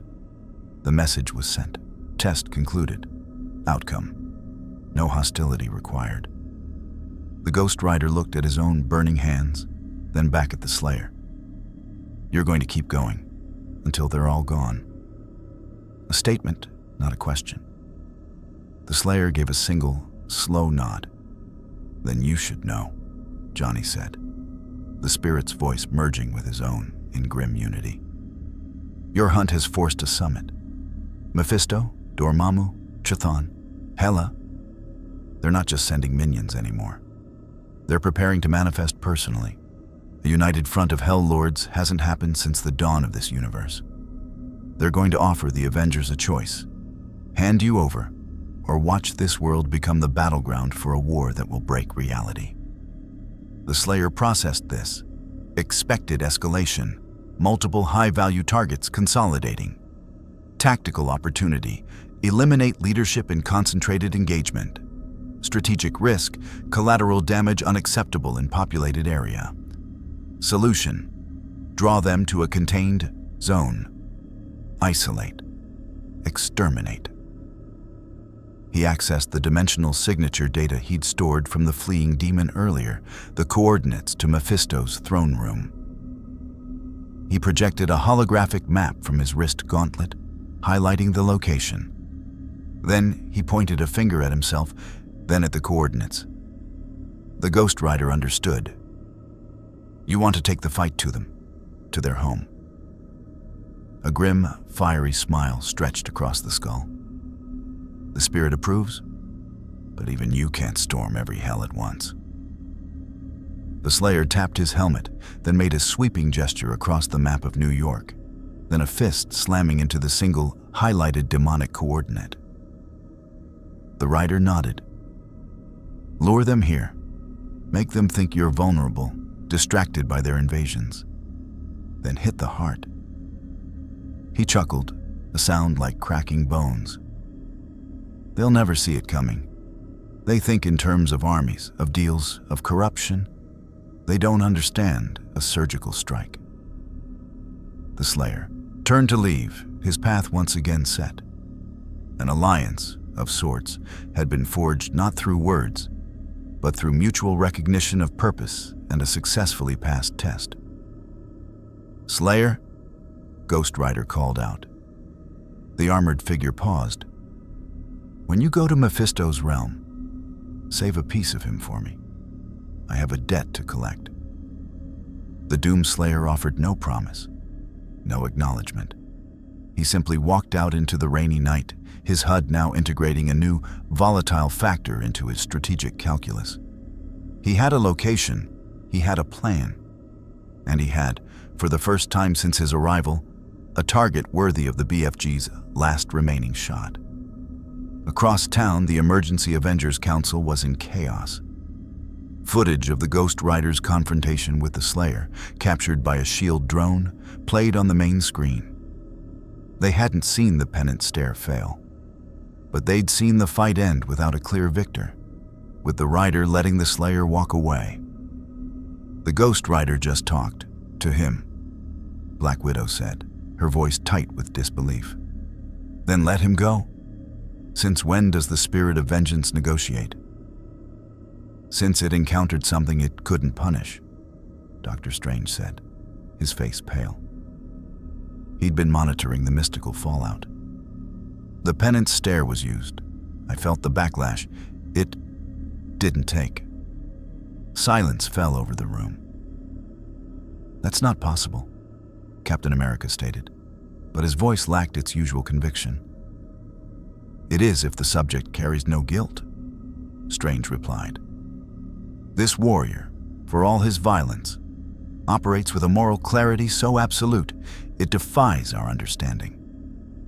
He's not a murderer, he's an exterminator.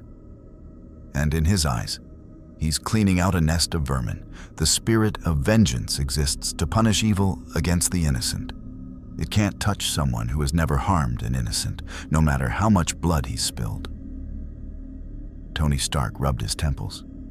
"So we have an unkillable, morally unimpeachable demon hunter who is about to trigger an interdimensional war because every devil with a mailing address is terrified of him.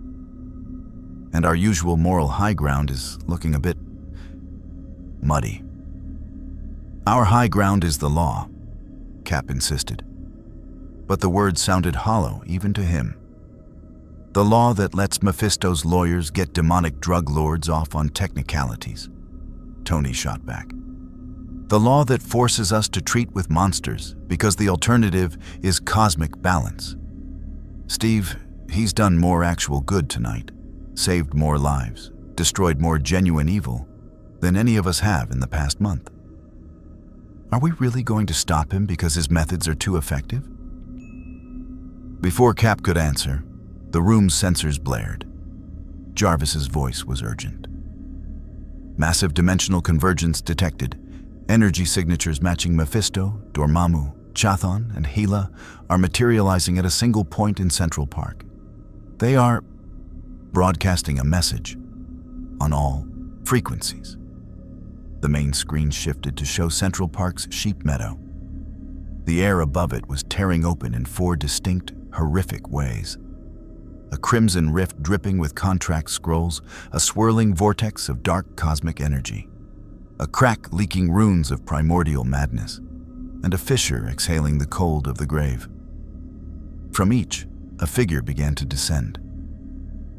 "They're not invading," Strange whispered, dread settling in his gut. "They're making an appointment." Mephisto's voice, amplified and honeyed with false reason, echoed through the Avengers tower and every communication device in the city.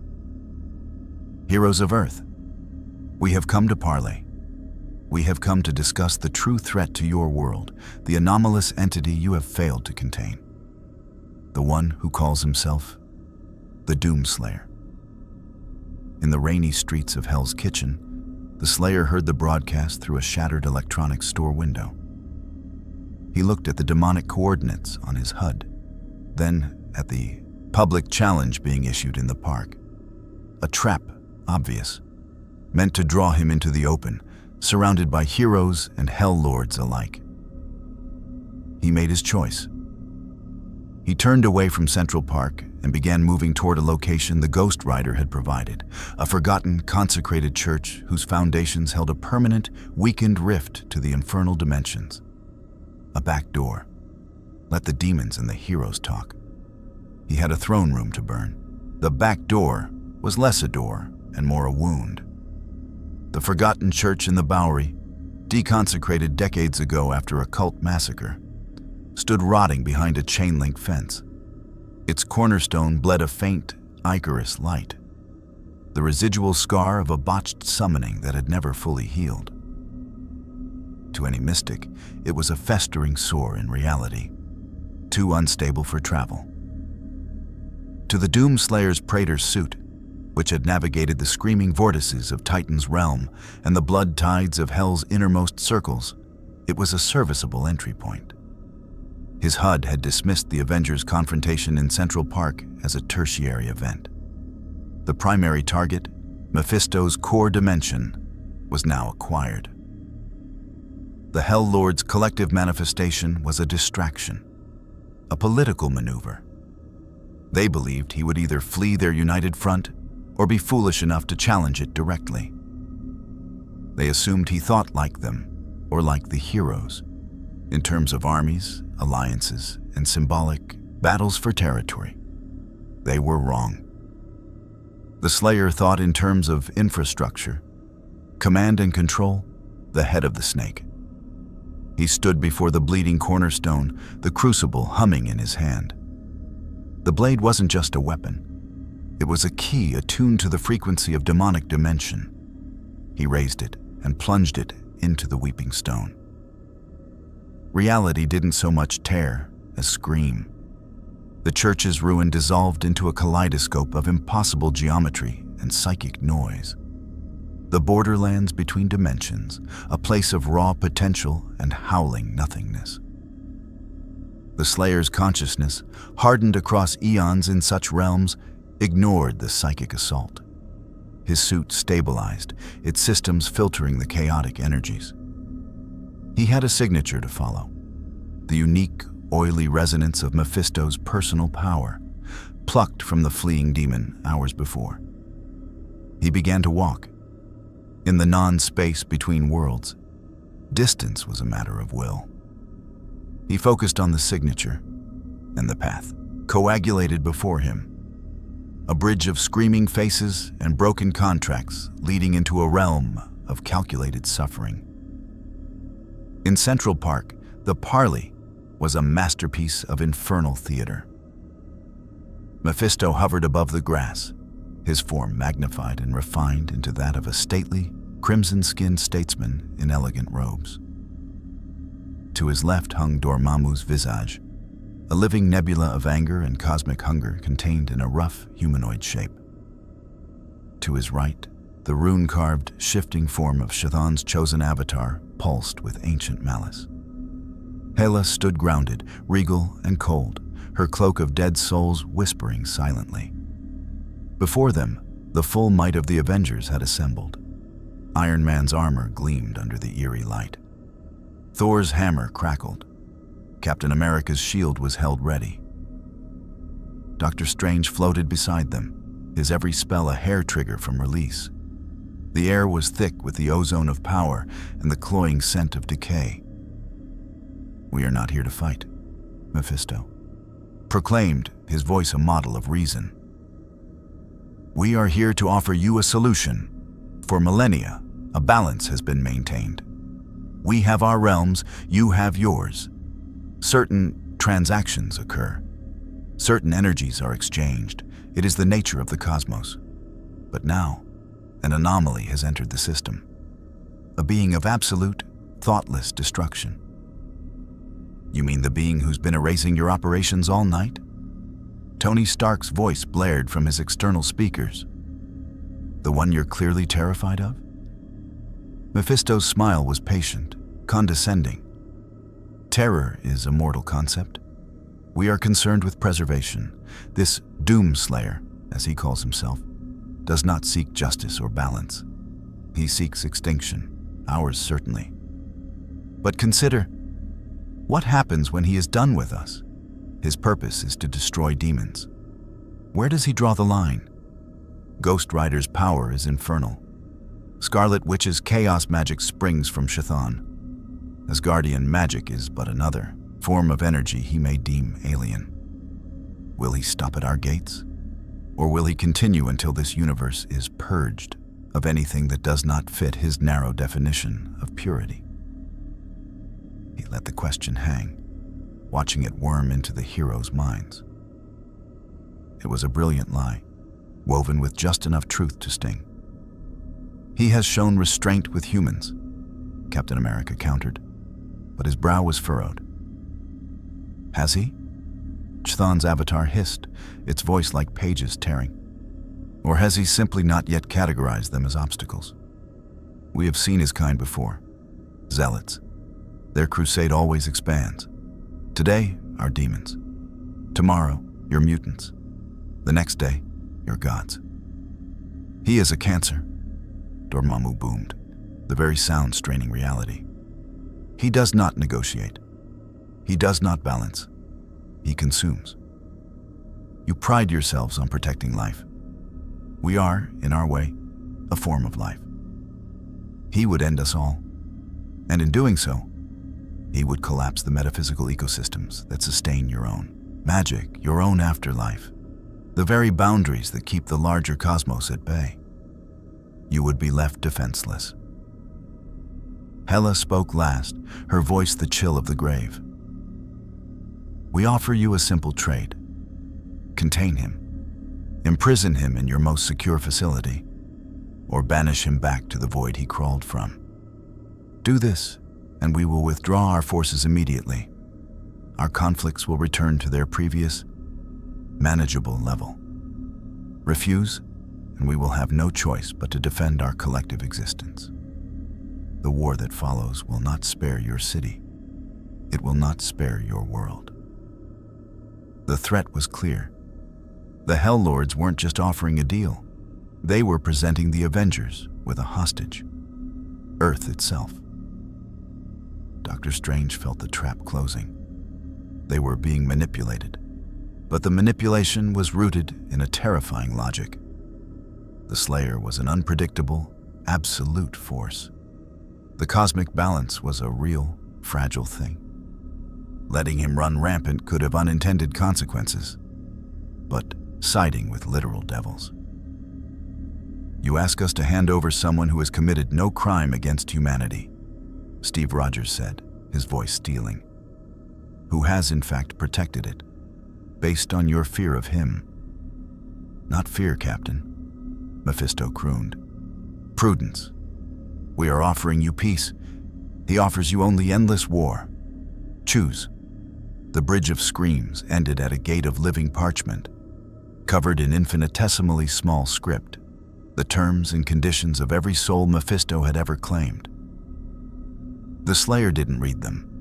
He put his hand on the gate and pushed. The parchment shrieked as it tore, contracts nullifying in bursts of futile hellfire. Alarms that were not sound, but waves of psychic dread erupted through the dimension. He stepped through into Mephisto's throne room. It was exactly as he'd seen in Strange's earlier vision, but now he experienced it directly. The scale was vast, the air thick with despair, and the sweet, rotten smell of corrupted hope. Lesser demons and damned souls turned from their eternal tasks, their expressions shifting from shock to primal terror as they recognized the silhouette in the torn gateway. The Slayer didn't give them time to mobilize.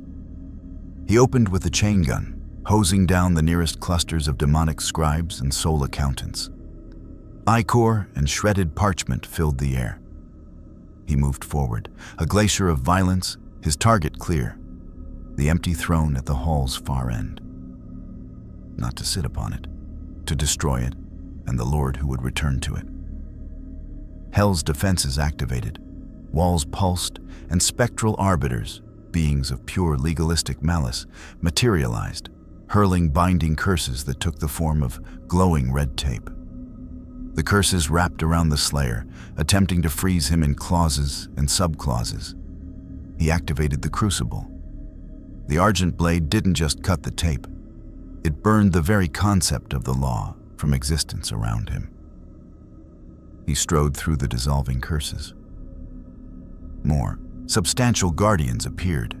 Hellhounds the size of tanks, armored pit lords wielding flaming maces. The Slayer met them head-on. A hellhound lunged. He caught its jaws in his hands and pried them apart until its skull split. A pit lord swung its mace. He ducked under the blow, drove the crucible up through its chin, and tore outward. Glory kill. Health restored. Ammunition replenished. He was a factory of demon death, an assembly line whose only product was ash. With every kill, the realm itself shuddered. The psychic screams of the damned took on a new tone, not of pain, but of desperate, impossible hope. In Central Park, the tension was at its breaking point. The Avengers were divided, arguing in hushed, urgent tones. "We cannot side with them, Steve." Thor's voice was thunderous. "They are the very embodiment of deceit. This is a trick to make us sheath our weapons while they remove the one threat they cannot control." "And if they're telling even part of the truth?" Bruce Banner asked, his hands clenched to keep the other guy at bay. "What if his presence does break something fundamental? We've seen reality fracture before. The cost..." "He saved a family tonight, Bruce," Natasha said quietly. "He saved dozens. without a single human casualty. His crusade has a body count of 0 innocents. Theirs is in the billions. "We are not handing anyone over," Captain America finally declared, his decision made. He stepped forward, addressing the Hell Lords. "Your offer is rejected. The being you call the Doom Slayer is under our protection.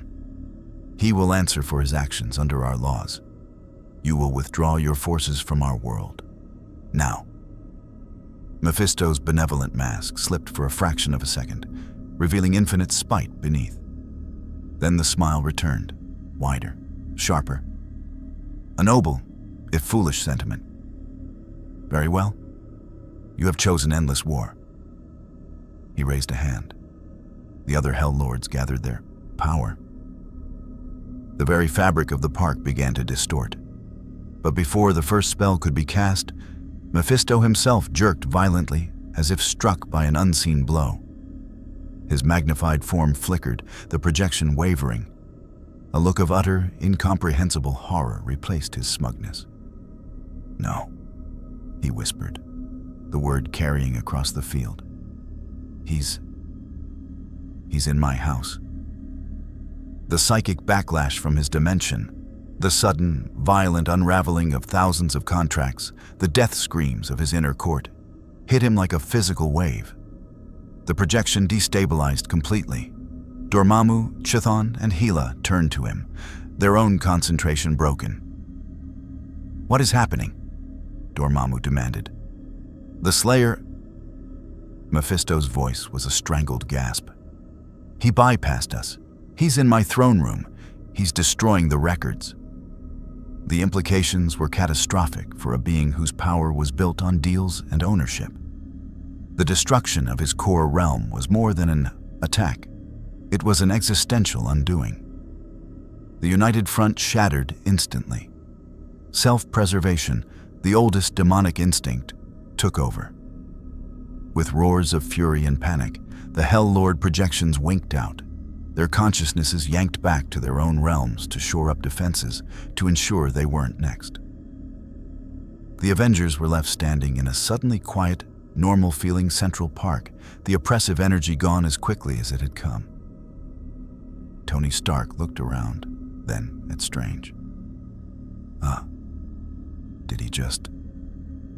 "He didn't take the bait," Strange said, a slow, incredulous smile spreading across his face. "He ignored their play entirely. He went for the king." In Mephisto's throne room, it was nearly over.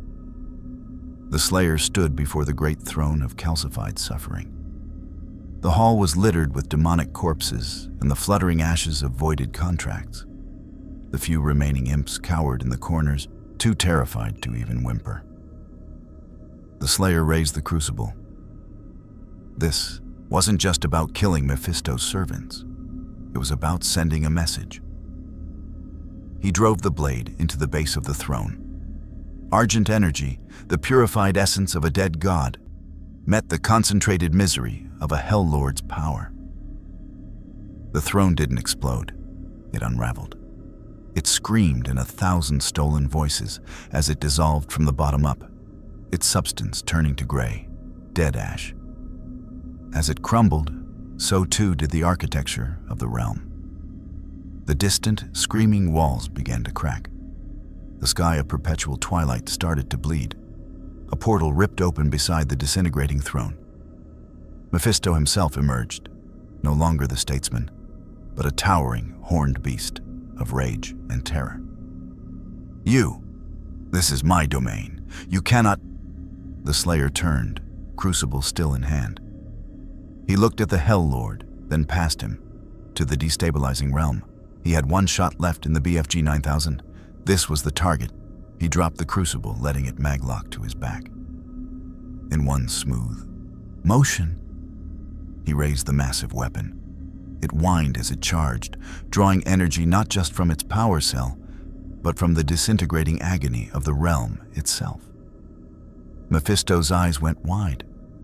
He began to gather his power, to reshape the very laws of his dimension to stop this. He was too slow. The Slayer pulled the trigger. The emerald sphere of pure annihilation flew not at Mephisto, but at the heart of the crumbling throne, at the epicenter of this dimension's power. It struck home. There was no sound. There was only light. A light that consumed rather than illuminated. The sphere expanded, and where it touched, reality ceased. The throne, the hall, the screaming skies, the very concept of Mephisto's personal hell, all of it was erased, converted into nothing but a fading, hollow boom that echoed through the adjacent dimensions. Mephisto, caught on the edge of the blast, did not die. A hell lord of his stature could not be truly killed so easily. But he was unmade. His form, his power, his very identity were scoured from existence in that universe. He was reduced to a wailing, formless essence, hurled into the deepest, most forgotten void between realities, where not even his own thoughts could coalesce. The Doomslayer stood in the non-space that remained, the last fading embers of a dead dimension glowing around his boots. His HUD flickered, adjusting to the absence of reality. Primary target eliminated. Message delivered. He retrieved the crucible. There were other Hell Lords, other thrones, but first he had a park full of confused heroes to deal with. He located the signature of Earth, a bright, stubborn point in the multidimensional void. He raised the crucible again. It was time to go home. The work was never done.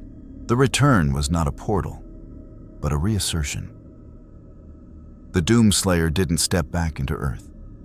He carved his way back into its reality with the crucible, tearing a seam in the fabric of a back alley not far from the Bowery Church.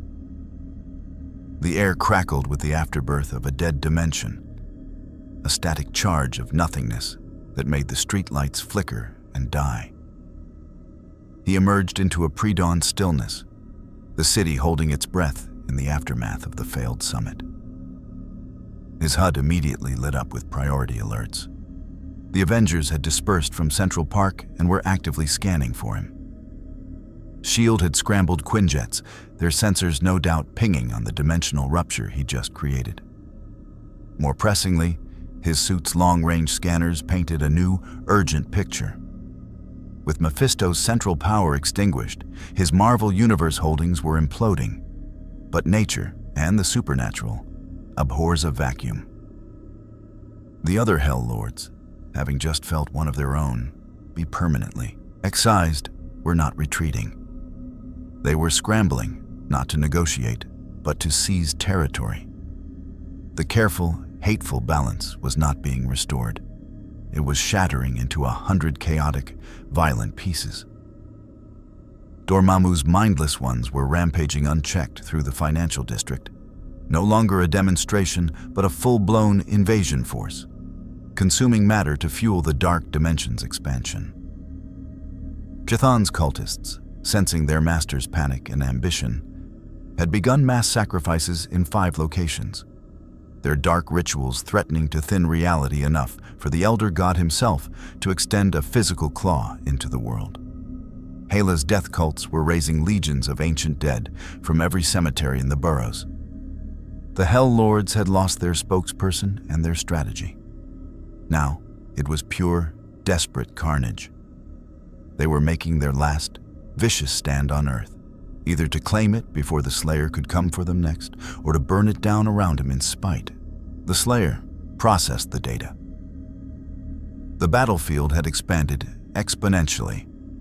His initial mission parameters, systematic demon elimination, were now insufficient. This was a multi-front collapse.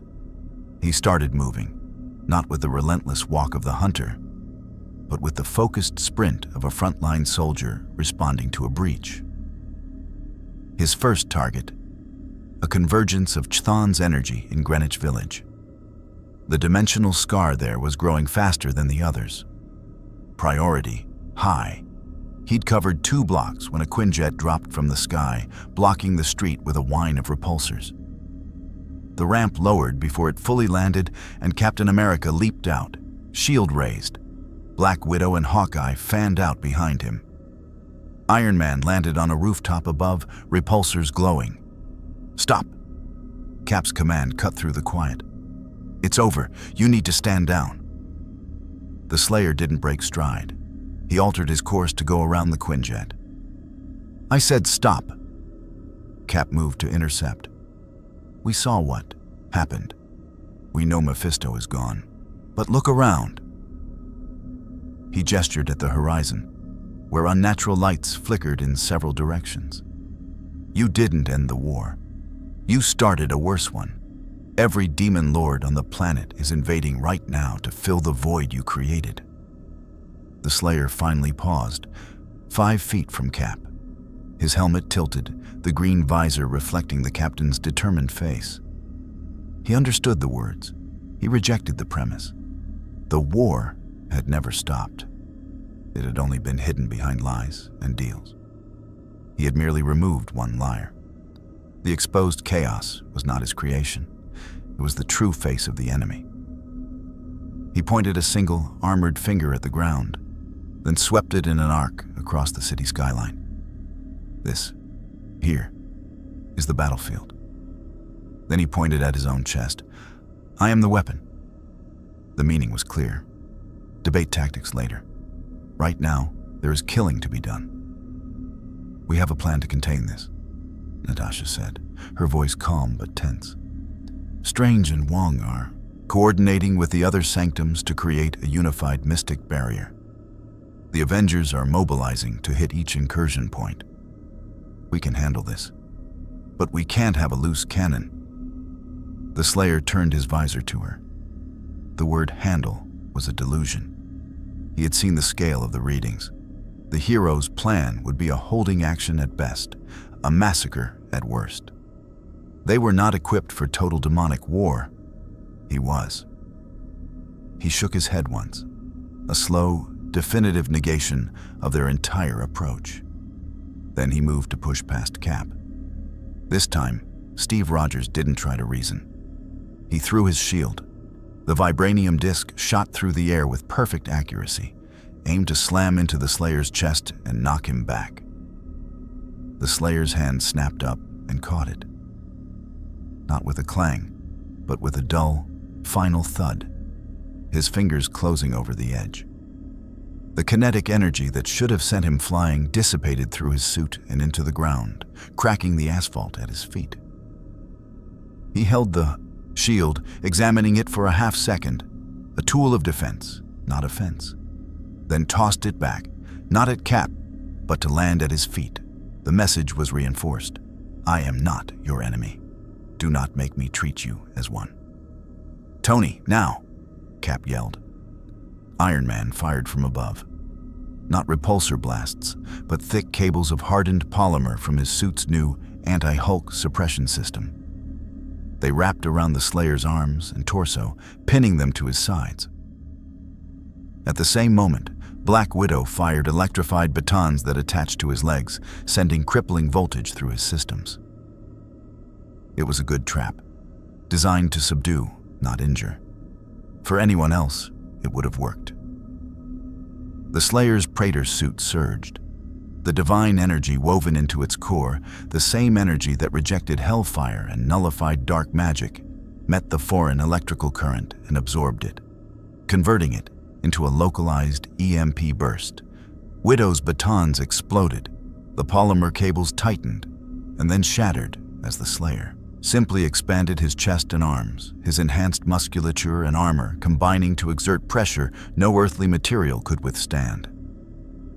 He was free in under 2 seconds.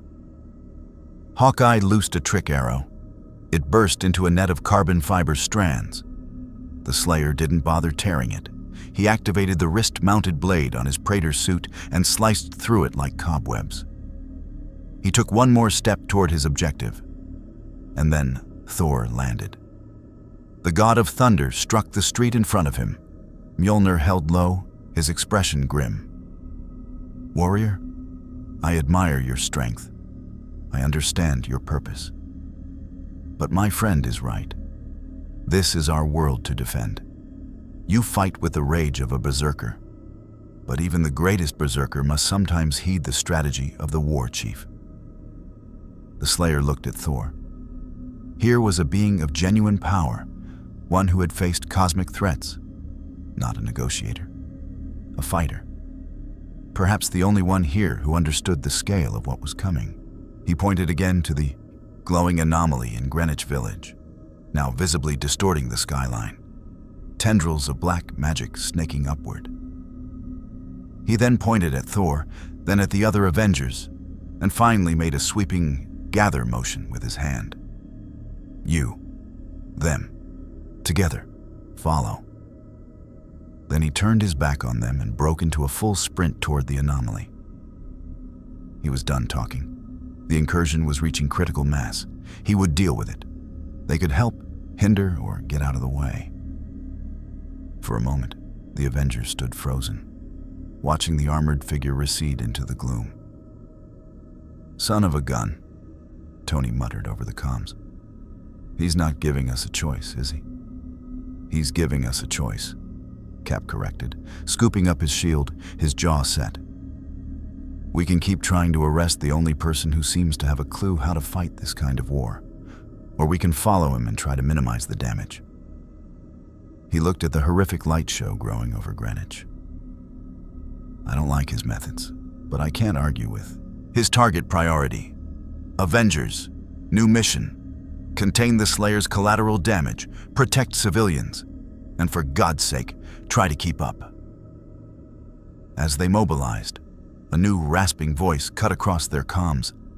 It was the Ghost Rider, his motorcycle engine roaring in the background. "Don't bother trying to lead him. You can't. Just clear the civilians out of his way and kill anything that gets up after he's finished with it. That's the only strategy that works with a force of nature."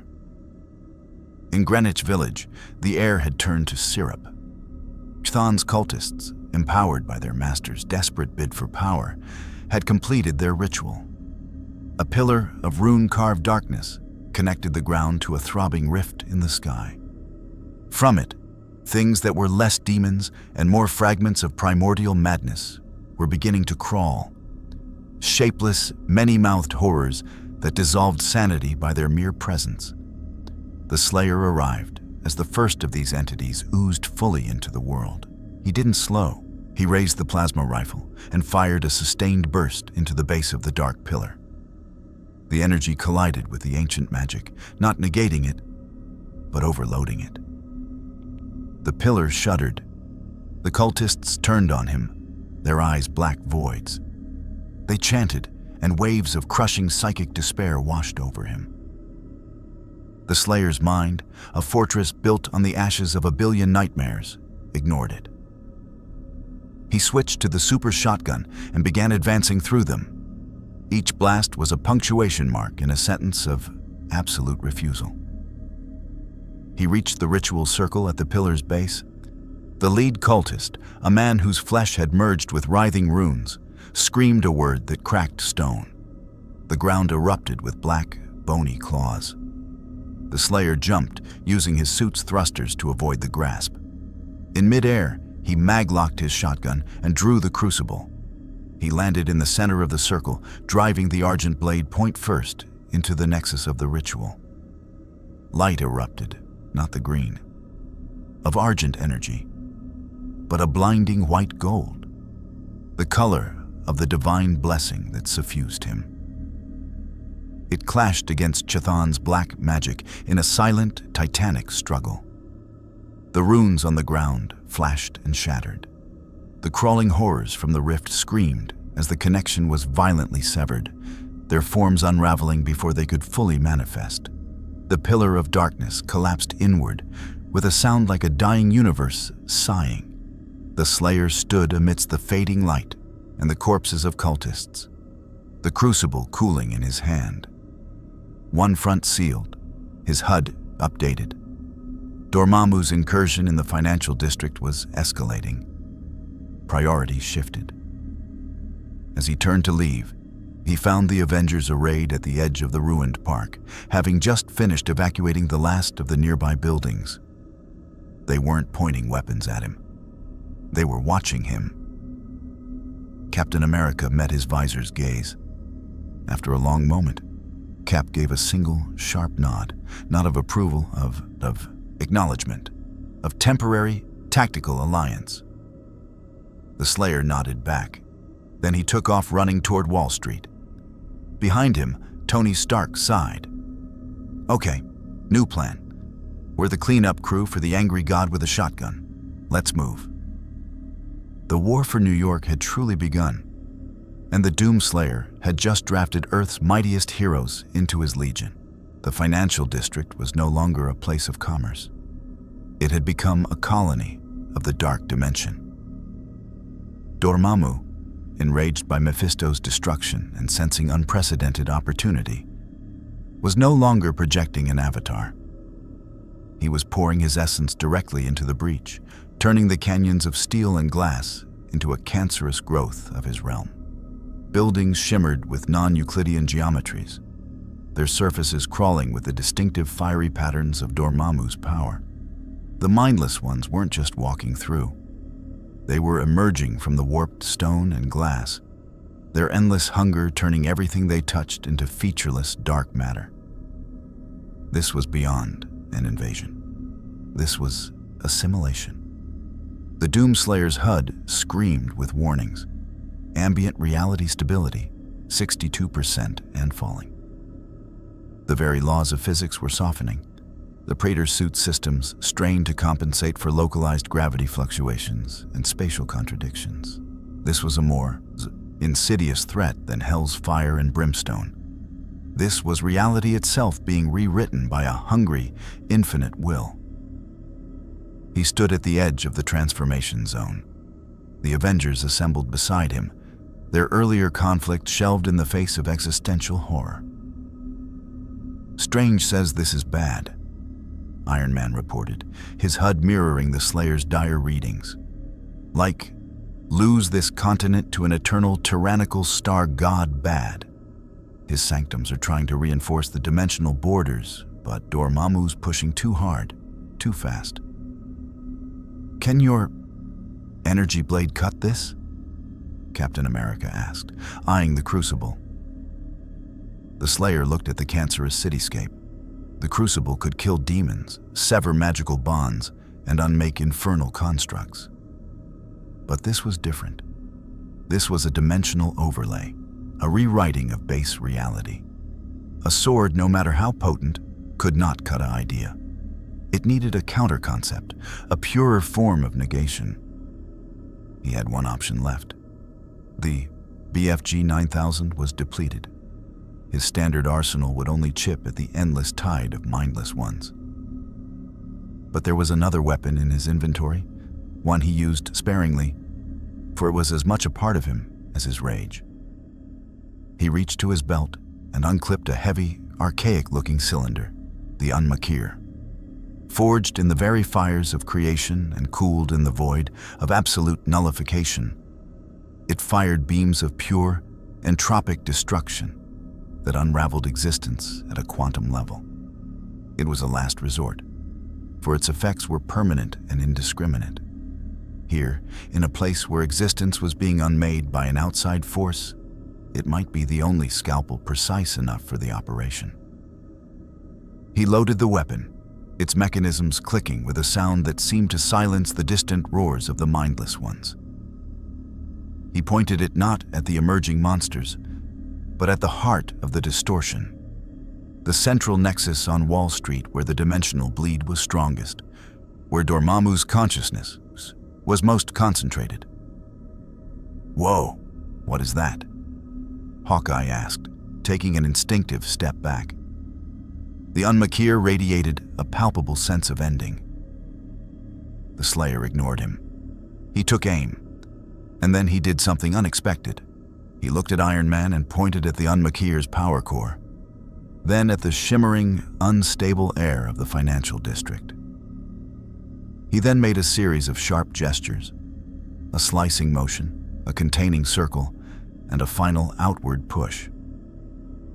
Tony's engineering genius, coupled with his suit's advanced sensors, parsed the meaning. He's giving me a firing solution.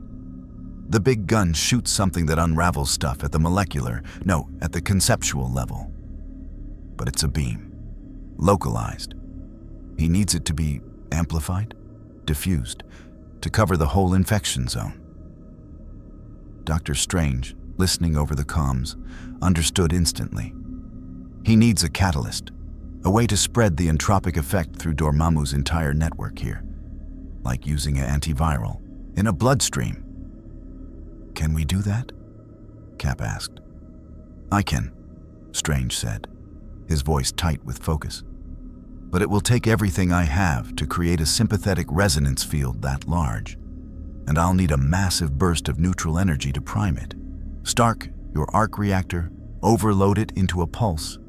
Not an explosion, a pure energy surge. I can shape it. Overload the arc reactor? That could...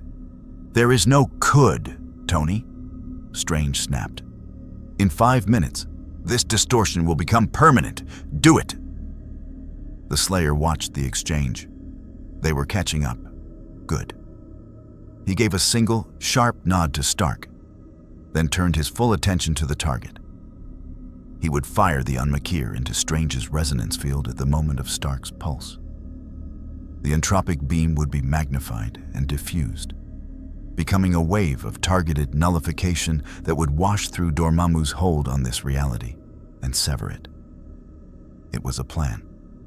A desperate, incredibly dangerous plan that required perfect timing from 3 beings who had been trying to arrest each other hours before. The Slayer didn't care about the danger. He cared about the mission. On my mark, Strange shouted from his sanctum, his voice strained as he began the immensely complex spell. Stark, now. High above, Iron Man hovered, his chest plate opening. Jarvis, divert all non-essential power to the reactor. Initiate controlled overload in 3, 2, 1. A blinding blue-white pulse of pure arc energy erupted from his chest, not as a destructive blast, but as a sustained radiating wave. At the same moment, golden, intricate mandalas of magic spun into existence across the sky over the financial district, woven by Strange's trembling hands. The pulse hit the magical field and was captured, shaped, held vibrating at a frequency that matched the wrongness of the dark dimension's intrusion. The Slayer fired. The Unmakir didn't roar. It whispered. A thin, black beam lanced from its barrel, a line of absolute nothingness that seemed to drink the light around it. It struck the center of Strange's glowing, energy-charged field. For a heartbeat, nothing happened. Then, the golden magic turned black. The wave of arc energy darkened. The nullification effect spread from the point of impact at the speed of thought, racing along the pathways of Dormammu's power like reverse lightning. Where it touched, the warped geometry snapped back to normal with deafening cracks. The crawling patterns on the buildings faded. The emerging mindless ones didn't die. They unformed, their substance, which was stolen reality, reverting to its original state. Stone became stone. Glass became glass. Air became air. A psychic scream of rage and pain echoed across dimensions as Dormammu's tendril of consciousness was not just severed, but annihilated. The connection snapped shut, the rift sealing with a finality that shuddered through the bedrock of Manhattan. The Unmakir beam ceased. The Slayer maglocked the weapon, its surface now cold and inert, drained. Above, Iron Man's suit went dark. The arc reactor critically depleted, and he began to fall. Thor shot through the air and caught him, lowering the unresponsive armor gently to the street. Dr. Strange sagged in his sanctum, sweat pouring from his brow, the eye of Agamotto dim. Silence returned to the financial district. A normal, earthly silence, broken only by the moan of the wind through intact skyscrapers. The Slayer stood amidst the stunned Avengers. His HUD showed the stability readings climbing back to 99%. The immediate existential threat was neutralized. Two incursions remained: Hela's necrotic uprising and the scattered, leaderless remnants of Mephisto's network now fighting Chthon's forces in a brutal demonic civil war in the burrows. He turned to leave, to address the next threat. "Wait." Captain America's voice was hoarse. He walked up to the Slayer, stopping a few feet away. He looked exhausted, but his eyes were clear. "We'll handle the undead. The sorcerers and the heavy hitters can contain the demon war. You've done what you came to do, more than anyone could have asked." The Slayer looked at him, then at the others. Black Widow helping a dazed Stark from his armor, Hawkeye scanning the rooftops, Thor watching with newfound, grim respect. He pointed north, toward the necrotic energy signatures. "Hela." "We've got it," Cap said firmly. "It's our turn. This is our home. We defend it." He extended a hand, not to shake, but in a gesture of truce, of transferred responsibility. "Stand down, soldier." The Doomslayer looked at the offered hand. He looked at the city, wounded but whole. He looked at the heroes, battered but unbroken. His core programming screamed at him to continue, to hunt, to complete the purge. But another part, a sliver of the man he had been before the divinity, machine before the eternal war, recognized something. This was not his hell, where humanity was a desperate, scattered remnant. Here, humanity fought back. Here they had champions, flawed, negotiating, sometimes foolish champions, but champions nonetheless. They had earned the right to clean up their own house. His mission parameters had been to eliminate the demonic threat. The arch-threat was gone. The remaining conflicts, while severe, were within this world's capacity to manage. Continued intervention risked the collateral damage the heroes feared, and the destabilization Strange warned of. For the first time since his arrival, the Doomslayer made a choice that wasn't dictated purely by the hunt. He gave one last slow look at the retreating unnatural lights on the horizon, the sounds of the demon civil war, the chill of Hela's approach. Then he looked back at Captain America. He did not take the hand, but he gave a single, definitive nod. "It is your fight." He turned and walked away, not toward the battles, but toward the waterfront. His work here was done. The Avengers watched him go, a silent, emerald-armored figure disappearing into the dawn's early light. "Do you think he'll leave?" Natasha asked quietly. "I think," Thor said, hefting Mjolnir, his eyes on the northern sky where spectral green light was beginning to rise. "He has given us a chance to prove we are worthy of this victory. Let us not waste it." Captain America squared his shoulders, facing the new threats. "Avengers, we have a city to take back." The Doomslayer heard the rallying cry fade behind him. He reached the piers, the water reflecting the first true rays of the sun. His HUD was quiet. No demonic signatures in immediate range. The constant driving imperative in his mind softened to a low hum.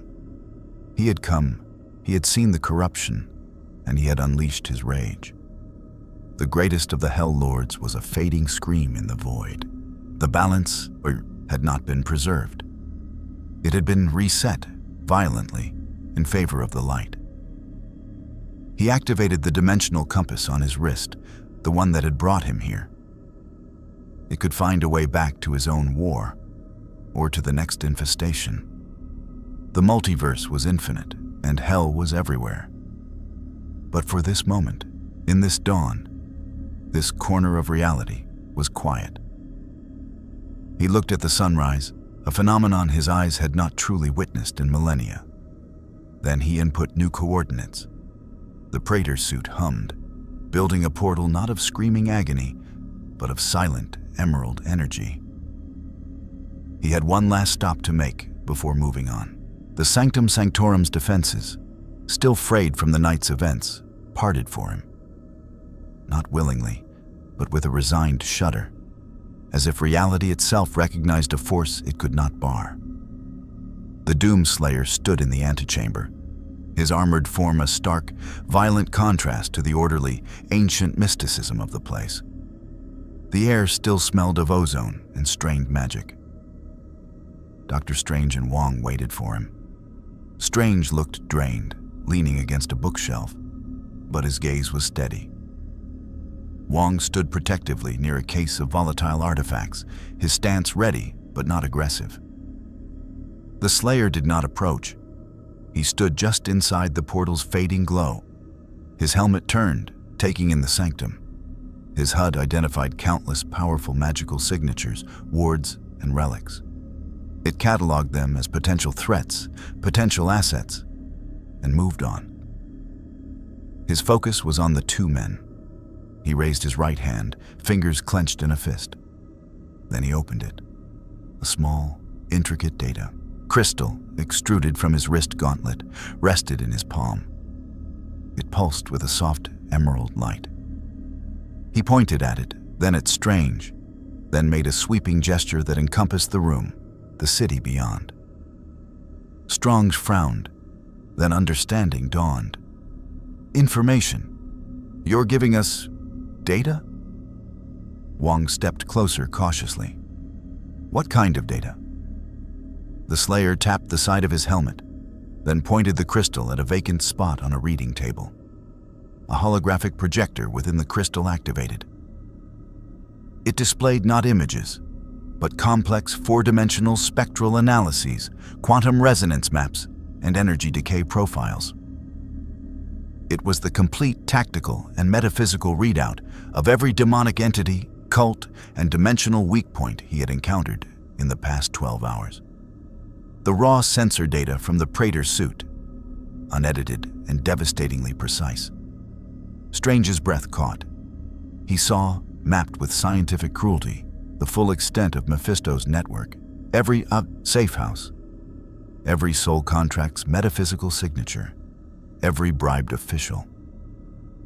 He saw the resonant frequencies of Chthon's magic, the exact dimensional harmonics of Dormammu's breach points, the necrotic wavelengths of Hela's power. It was a complete intelligence briefing on the supernatural underworld of an entire planet, compiled with an efficiency no mystic or spy could ever match. This is a blueprint, Strange whispered, for eradication or for defense. The Slayer nodded. That was the gift and the warning. The knowledge to defend this reality was now in their hands. The knowledge to hunt, as he hunted, was also there. The choice was theirs. He made another gesture. He formed a circle with his fingers, then broke it. The seal is broken. The balance is gone. Then he formed a shield with his arms. You must be the new wall. Strange understood. Mephisto was not coming back. The old corrupt equilibrium of deals and managed evil was over. A new status quo would form, one of chaos or one of genuine security. The Avengers and the mystic arts now held the keys and the responsibility. Why? Strange asked, the question heavy in the air. Why give this to us? Why not just leave? The Slayer was silent for a long moment. Then he did something he had not done since his arrival. He reached up and pressed a control on the side of his helmet. With a hiss of equalizing pressure, the helmet detached. He lifted it off, cradling it in the crook of his arm. The face beneath was not what they expected. It was not the scarred, raging visage of a barbarian. It was a man's face, weathered beyond time, with eyes that held the cold, clear light of a distant star. There was no anger there now, only an immeasurable, weary certainty. He looked at them not as a monster looks at men, but as a soldier looks at those who must hold the line after he has moved on. He spoke. His voice was low, graveled by disuse and ages of screaming battles, but utterly calm. I have seen realities where heroes compromise, where they bargain. They become caretakers of the infection. They lose. He looked at the data crystal. You stood. You fought. Even against me. You have earned the truth. Use it. He placed the crystal on the table. The gesture was final. Then he looked toward a high window where the sun was fully risen over a battered but standing New York. My war is infinite. My duty is eternal. But here, the battle is yours to win, or to lose. He replaced his helmet, the visor snapping shut with a definitive click. The compassionate, weary soldier vanished, replaced once more by the implacable, armored form of the Slayer. He turned to leave. No portal this time. He would walk out into the morning. Will we see you again? Wong asked, his voice uncharacteristically soft. The Slayer paused at the door. His helmet turned back a fraction. He gave no nod, no sign. Only a silence that was neither confirmation nor denial. Then he was gone, his heavy footfalls echoing down the stairs and fading into the sounds of a city waking to a new, uncertain day. The cleanup took weeks. The Avengers, armed with the Slayer's data, launched surgical strikes against the remaining demonic strongholds. Without Mephisto's central cunning or Dormammu's overwhelming pressure, the conflicts, while fierce, were manageable.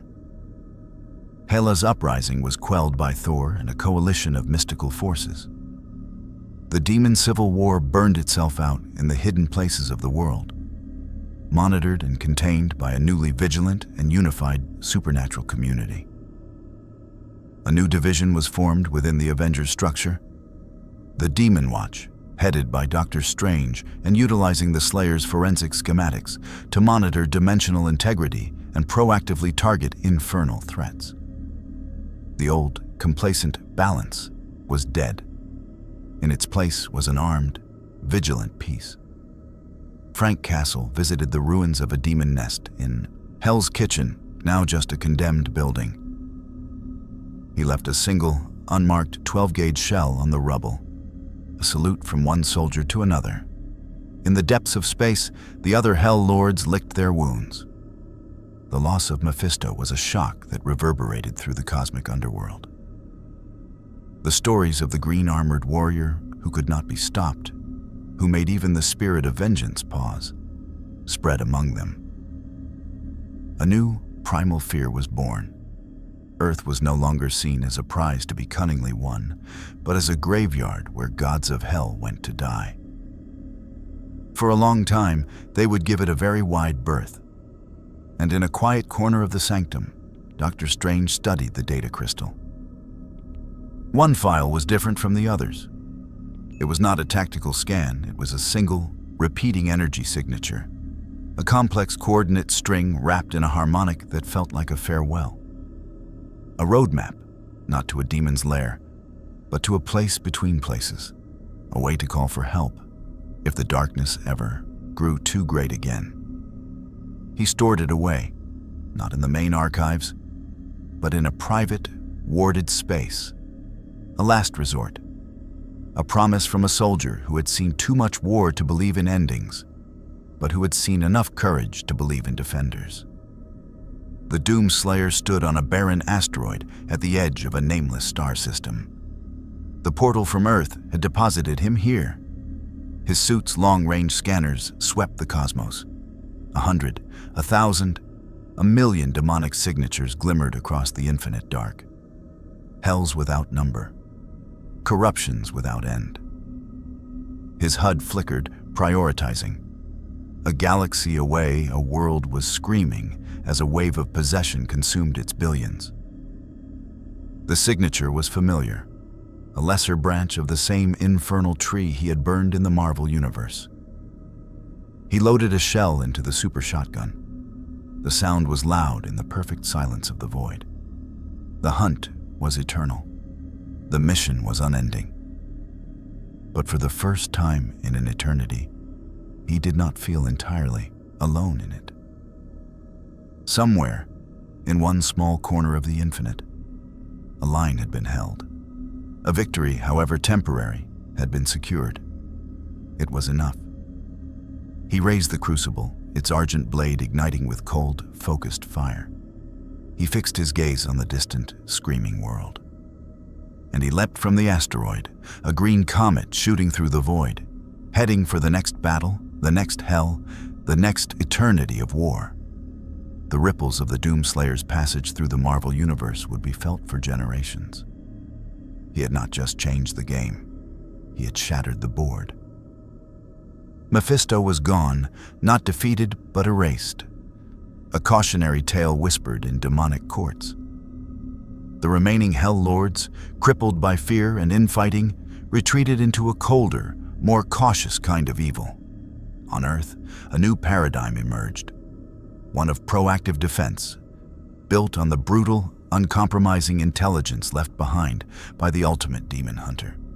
The Avengers learned a hard lesson about the price of purity, and the Sorcerer Supreme now kept a weapon of last resort locked away. A spectral green promise from a soldier who had seen all the wars. The Doomslayer himself returned to the infinite battle, his rage undimmed, his purpose unaltered.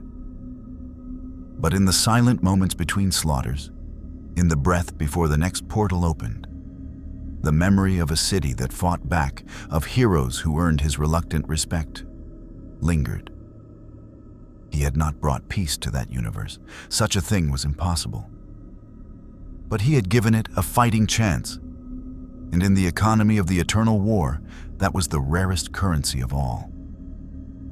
The multiverse had countless hells, but it also had here and there sparks of defiance bright enough to give even the Slayer a moment's pause. And so the war continued, endless, inevitable, but no longer utterly hopeless.